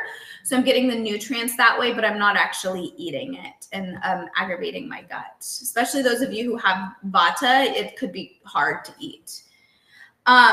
Sweet vegetables. Remember, we want the naturally sweet taste. The naturally sweet taste is going to calm the heat of pitta in the body. So fennel, beets, sugar snap peas, and carrots. Those are all really good vegetables. Oh, and I should have put on there too, sweet potatoes. All really good vegetables that have the naturally sweet taste. So we're going to incorporate the naturally sweet taste with the fruits and the sweet veggies, not with sugar, which is just going to inflame. Light, complex carbs. So we want complex carbs, but we don't want things that are going to be too heavy because the digestive fire is weaker in the summer. So good examples of this are quinoa, amaranth, basmati rice, buckwheat, and millet. A lot of these too, like the quinoa, the amaranth, and the buckwheat, you're going to get a complete protein source as well, which is really nice. You know, then you can get your complete protein and your complex carb in a quite light meal. In the resources, under this webinar, you'll see I put up a recipe for amaranth and berries. It's one of my go-to Pitta season breakfast recipes. It's a little different than the amaranth and berry recipes a few of you guys may have from me. It uses blueberries and cardamom, which are both very balancing for Pitta. So check that out. I literally had it for breakfast this morning. It's a complete protein. It sits light in the stomach. It's a really great thing for the summer. So for protein, you know, we don't want a lot of we need protein. Protein is very important for the nervous system. Please make sure you're eating enough protein, but we don't want really heavy protein in the middle of summer because we don't have the digestive strength for it. So legumes, beans, or seafood, and then these complex carbs or seeds that have protein as well, something like chia seeds too, amaranth, quinoa, and seafood, and then poultry over red meat if you're a meat eater. You'll also, in the resources section, I also put up a curried quinoa salad. That is another one of my go-to summer recipes. So that's up there. It will be a complete protein, and it's got a bunch of Pitta balancing spices in there and some herbs. It's also, just to stay with like a weirdo at the beach, it's also what I bring to the beach. So I'm the one who shows up with grapes and curried quinoa salad. And I normally go alone because I show up with grapes and curried quinoa salad. You got to stay cool. And then cooling herbs, cilantro, parsley, dill, basil. So I was thinking about that for you, Bonnie. You know, if you need to add a little spice, a little flavor to your meal, just throw in a lot of herbs, and that will spice things up a little bit. It will stoke the digestive fire, but it's not going to overheat you. Anyone have any questions about these? Pretty straightforward? Okay. If you have like a Pitta dominant personality, are these kind of things that you should maybe think about all the time? Yes and no. You should always be in conversation with your body, but we also want to think about what our body, like what our predominant dosha is, and then what's going on in the season, you know? So like when we even if we're Pitta predominant, we wouldn't have lettuce and cucumber in the middle of winter. It would just be too cooling, too cold. So it's just such a nuanced question. It really depends on what's going on in your digestion. Does that answer the question-ish? Yeah. Yeah.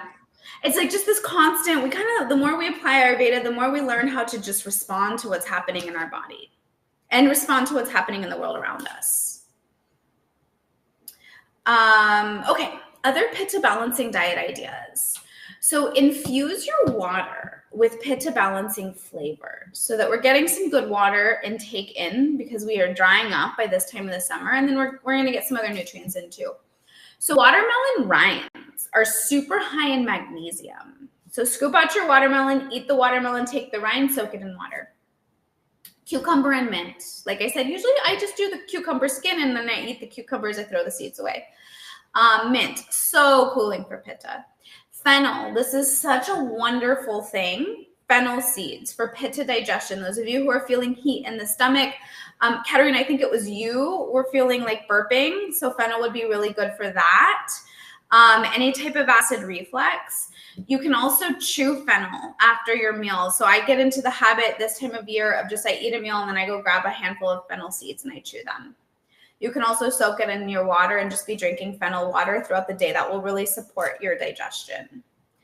Cardamom, really, really wonderful spice for Pitta. You can get the whole green cardamom pods, crush them, soak it in water, or you can use the cardamom powder for things like the amaranth and berry recipe that I have in your resources section.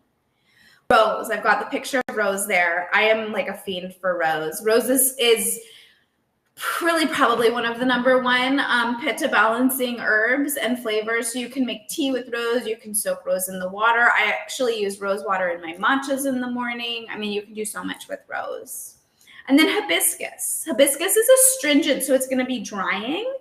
If you're dealing with like Pitta puffiness, Pitta inflammation, things like that, hibiscus is going to be really nice because it's going to be cooling and drying. If you're dealing already with the dryness, this might not be the best one for you.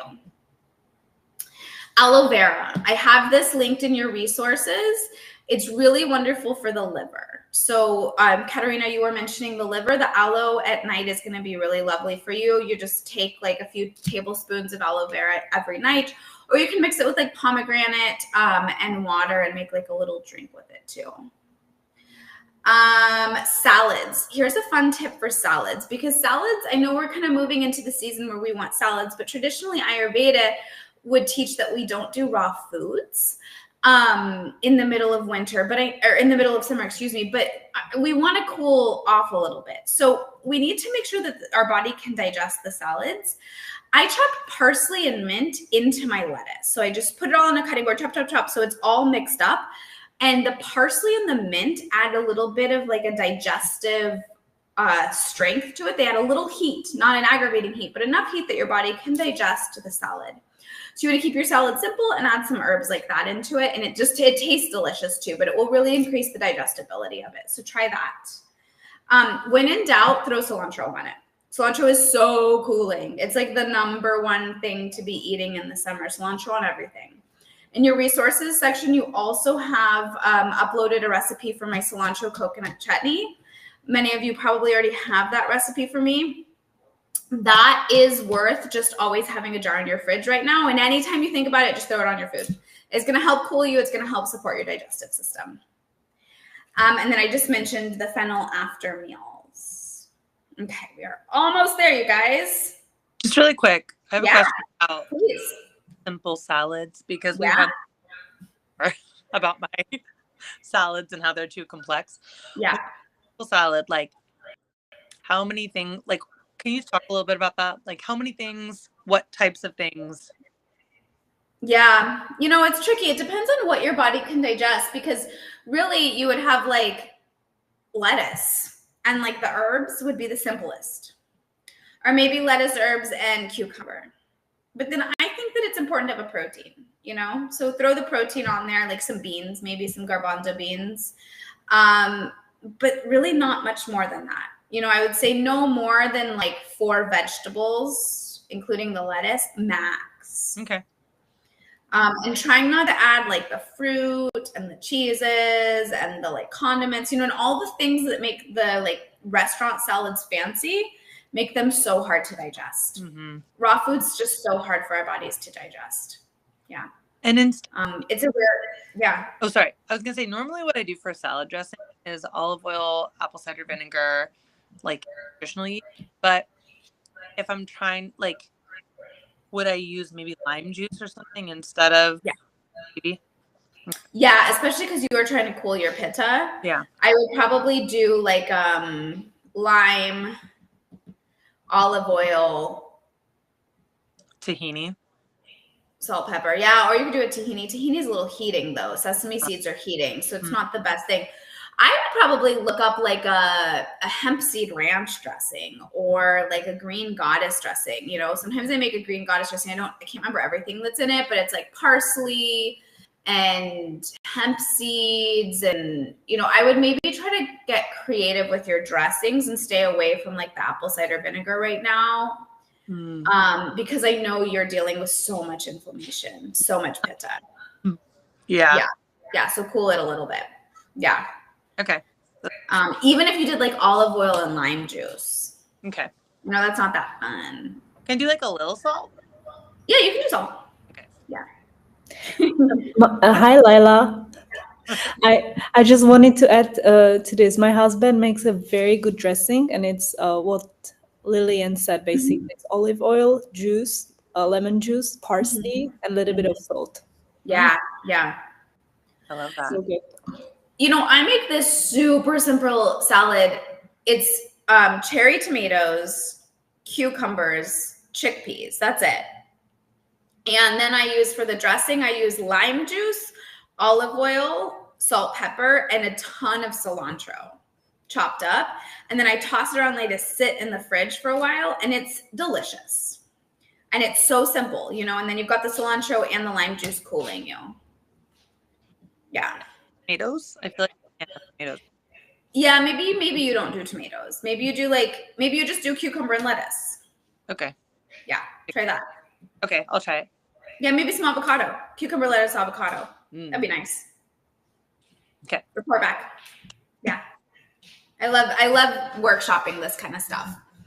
And you know, everyone, it's what works for one person isn't going to work for the next person. So we kind of all share, and then we have to experiment in our own bodies and figure out what works for us. All right, let's talk about herbal support for the summer. Amla or amalaki, and these are all listed. These are linked in your resources section too, if anyone is interested in these. So amalaki is one of the 3 berries in Triphala, which is the very famous Ayurvedic digestive blend. It's high in vitamin C and antioxidants. It's sweet, so it actually cools pitta, but then it has some sourness. So it starts to rehydrate your body, your cells, when they start to dry up this time of year. And so it'll be really nice as you move into August and the heat from the pitta is drying things up. So I often will just add some amla or amalaki powder into my water and drink it second half of the summer. It doesn't taste bad. It doesn't taste great, but it doesn't taste bad. So it's really good for acid indigestion and any type of heat in the gut. If you're worried about your immune system too, this could be a good one for you. I already mentioned fennel, so I'm going to skip that for the sake of time. So we're used to an Ayurveda cumin, coriander, fennel. In summer, it's cardamom, coriander, fennel. This is going to be your magical trifecta for balancing pitta and supporting your digestion. You can make a tea with it and just sip on the tea all throughout the day. Brahmi Gotu Kola. This is what Claire was mentioning. She's drinking her Mellow Mind tea. This has the Mellow Mind tea has Brahmi. I often recommend this to clients. It cools pitta in the mind. It's really wonderful for the end of the day, especially if you're one of those who doesn't like to turn their mind off. So Olivia, I'm thinking about you too. This could be a really good one for you as well. And you can find, so Banyan has a Mellow Mind blend that uses Brahmi Gotu Kola, and that would be really nice. You can also get the Brahmi coconut oil and massage your head with it. Tulsi tea. So that's an adaptogen that's not going to be heavy. You know, so things like ashwagandha have gotten really popular. I've got no shade on ashwagandha. I love ashwagandha, but it's heating and it's heavy. So it's not necessarily the adaptogen for the summer. But an adaptogen for the summer would be Tulsi. And you can drink that throughout the day as well. It's going to really support your stress, your energy levels, detoxification. And then nervine. So herbs that calm the mind and the nervous system, because there is that agitation and that aggravation to pitta that we mentioned in the beginning of our call. Chamomile, lavender, oat straw, lemon balm, valerian, passion flower, blue lotus. Those are the ones that came to my mind that I use often at the end of the day or in pitta season. You know, things like chamomile. I think that we think that chamomile just puts us to sleep. It's just a nervine. It calms the nervous system. So when I'm feeling particularly agitated from pitta or from my pitta vata, I drink chamomile I usually do chamomile rose and Tulsi. I drink it throughout the day.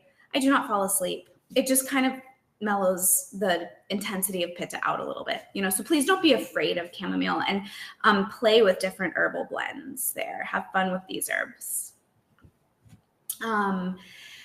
And then I do have some specific, you know, if you're concerned about your skin or pitta, I did link to a few different herbal blends that Banyan Botanical has specifically for pitta in the resources section too. So you guys can find that there. Anyone have questions about these?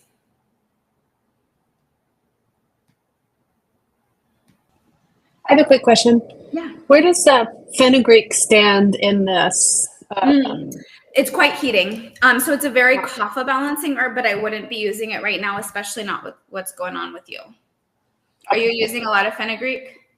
I make your well, I was making the cumin, coriander, fenugreek tea. So cumin and fenugreek are really heating. So those are great for kapha season. Swap to the cardamom, coriander, fennel, and I think you'll start to feel the difference. Yeah. Okay, cool.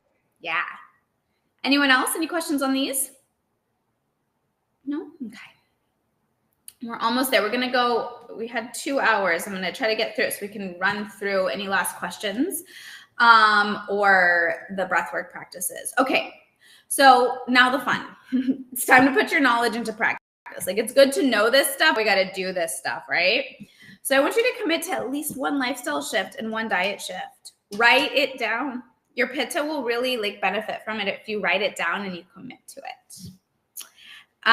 Does anyone want to share, just for a little bit of accountability, something they're going to add in that feels exciting or challenging or like it might be a game changer?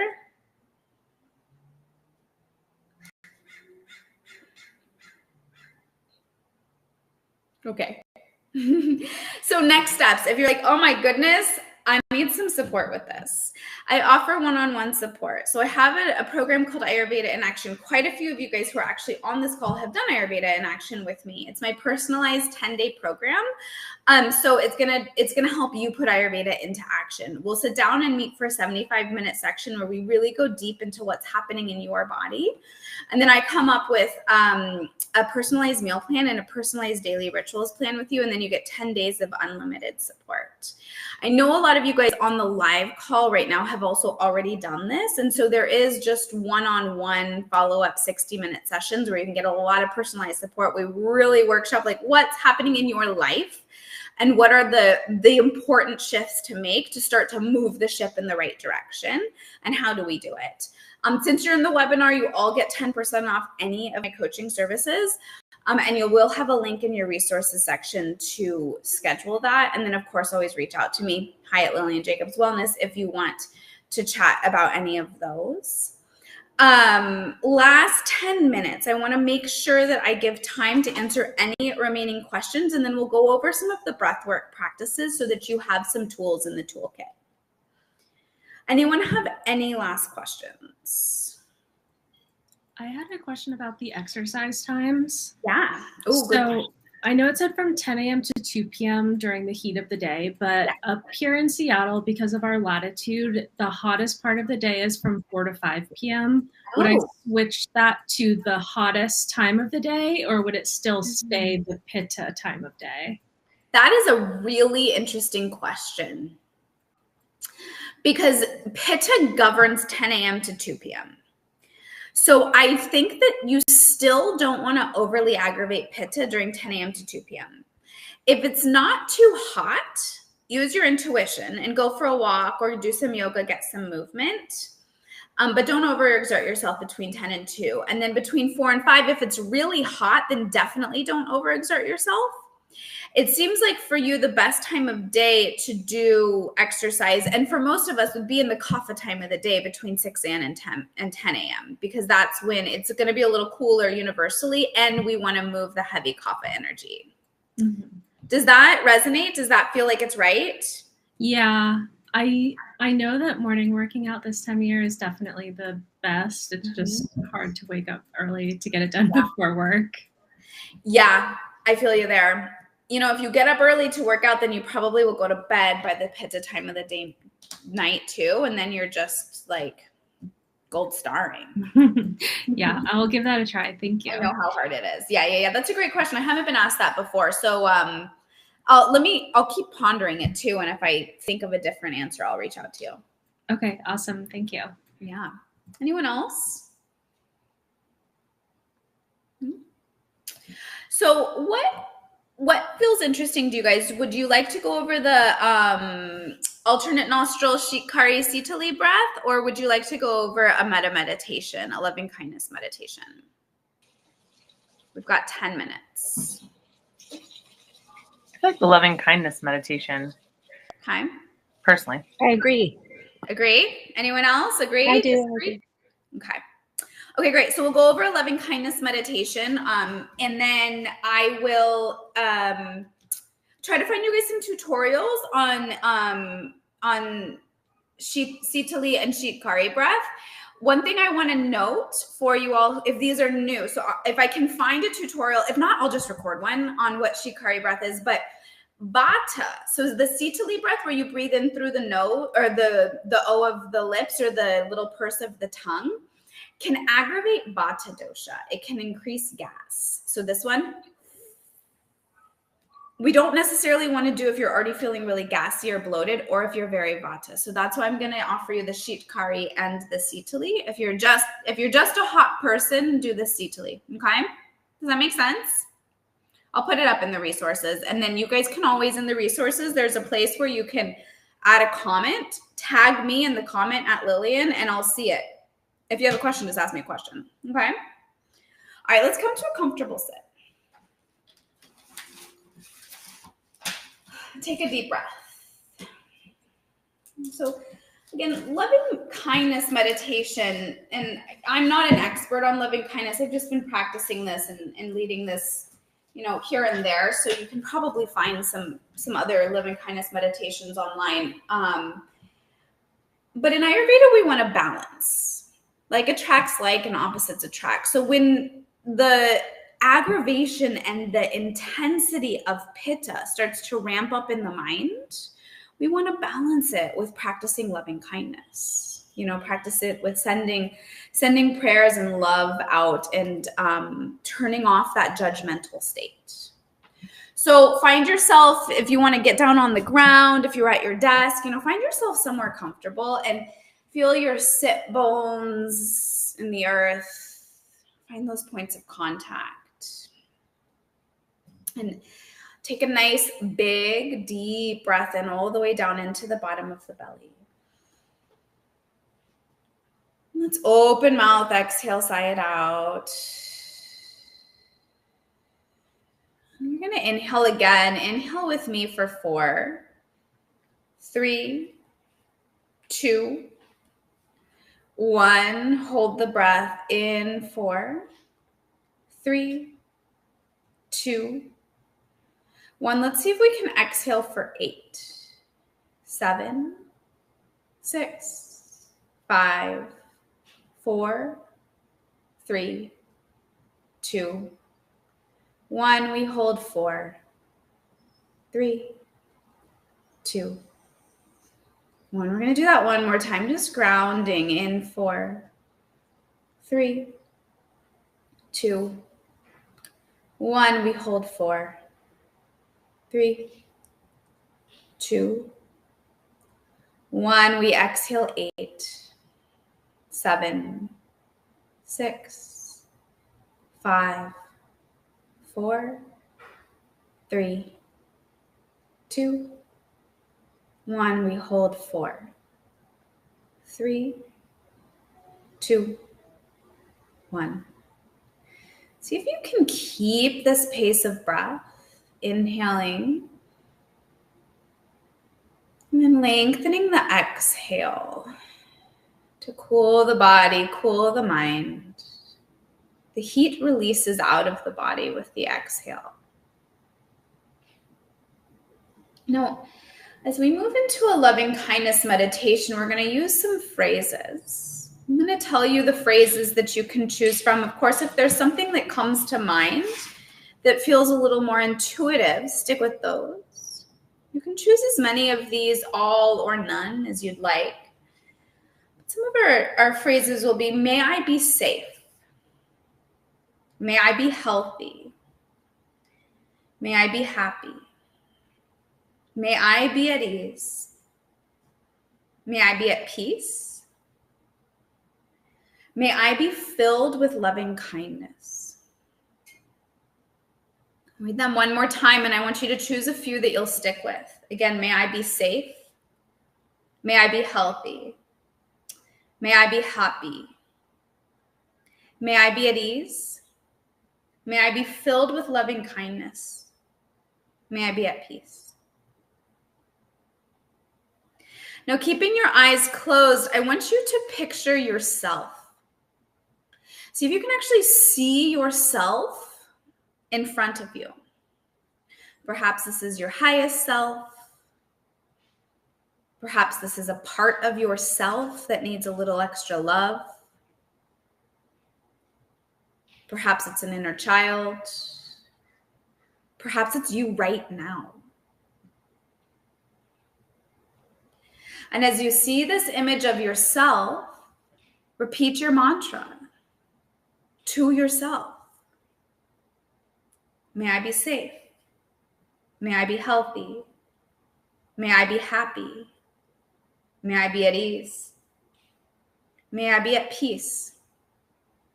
May I be filled with loving kindness.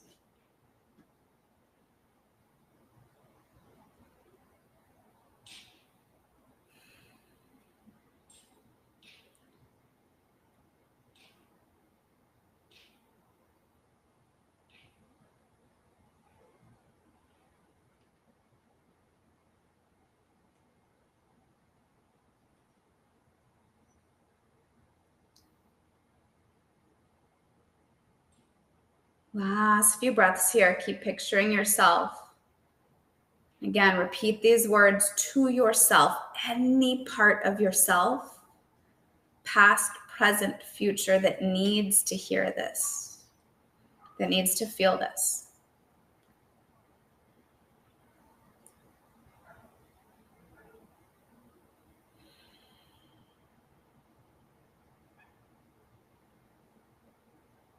Now I want you to think of someone you love, like someone you really unconditionally love. And can you bring their face right in front of you? Look at them, see them, feel their presence. Their bodies can be with us or perhaps no longer with us. It doesn't matter. They're still here. And now picturing this person that you love so unconditionally. Repeat to them the loving kindness mantra. May I be safe. May I be healthy. May you be safe. May you be healthy. May you be happy. May you be at ease. May you be at peace. May you be filled with loving kindness.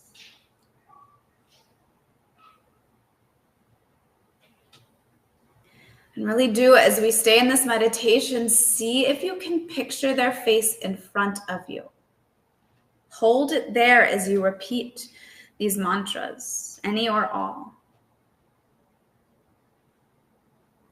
And perhaps you can even feel the loving kindness, the energy moving out of your heart center towards them. Perhaps you can repeat these mantras from your heart center.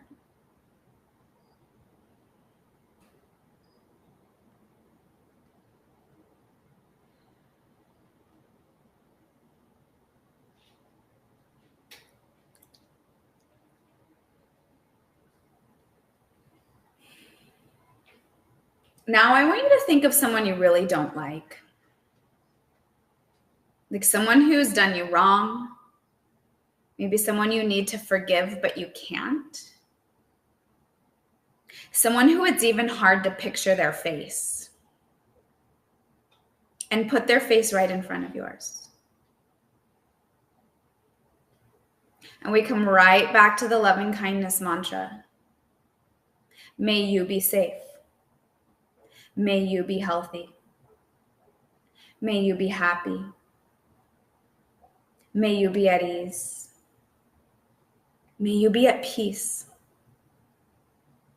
May you be filled with loving kindness.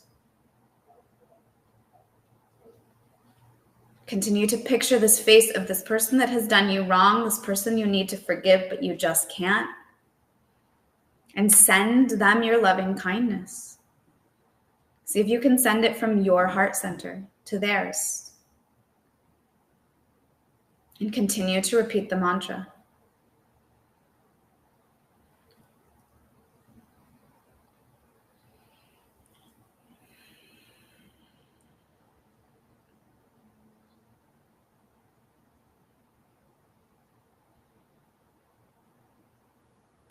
Now I want you to think of a total stranger.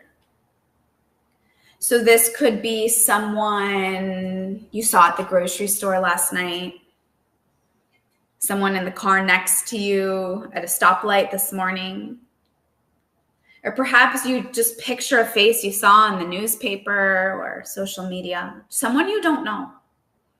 But see if you can picture a face. And if you can't, imagine. And then to this perfect stranger, put them right in front of you. And from your heart center, tell them, may you be safe. May you be healthy. May you be happy. May you be at ease. May you be at peace. May you be filled with loving kindness. Send your love, send this loving kindness from your heart center to this perfect stranger. And see if you can picture them in front of you, receiving your love.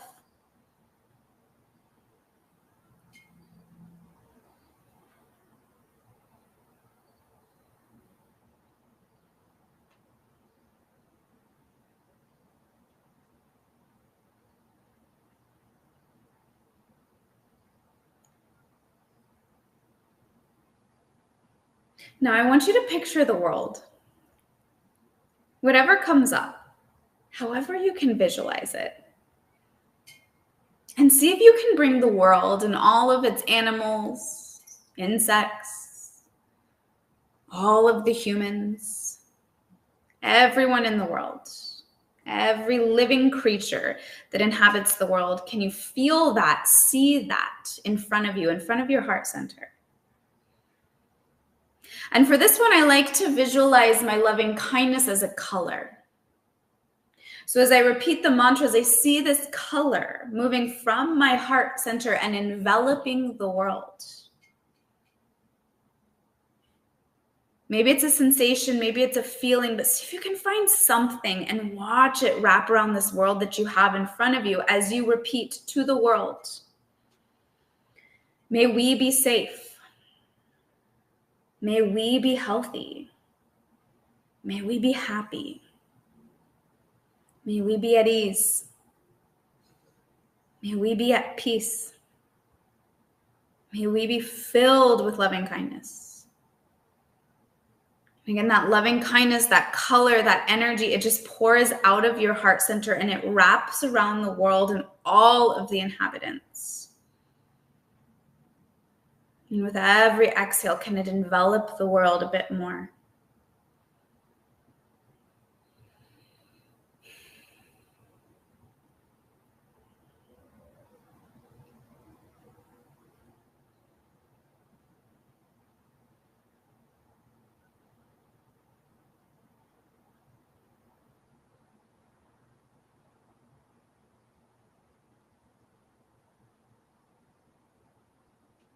And then for this last moment here, we come right back into our heart center, into our soul, to our seat of divine consciousness. And one more time, we tell ourselves, may I be safe. May I be happy. May I be healthy. May I be at ease. May I be at peace. May I be filled with loving kindness.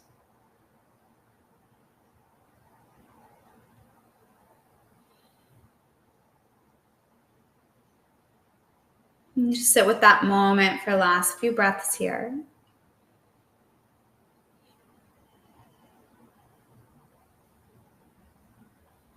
And then when you're ready, slowly just come back into the body and open the eyes. So that practice right there, that took us about 10 minutes. It's a great practice to do. I mean, you can do that while you're driving. You know, you can do that in a yoga class. You can do that in the grocery store. It's a really great practice to do when you're feeling pitta in the mind or some variation of it. How did that feel? Good, good, good. Alrighty, you guys, I'm going to leave you here. We're at 2 hours exactly, or a little over 2 hours. Does anyone have any last questions before we go? You know how to reach me, so reach out. Thank you. Let me know how it goes. Keep the pitta cool. Keep taking care of yourself. Keep having fun this summer. Don't forget to play. Thank you, Lillian. It's great. Thank you. Thank you. Thank you so much. Thank you. Bye. Bye, everybody. Thank you.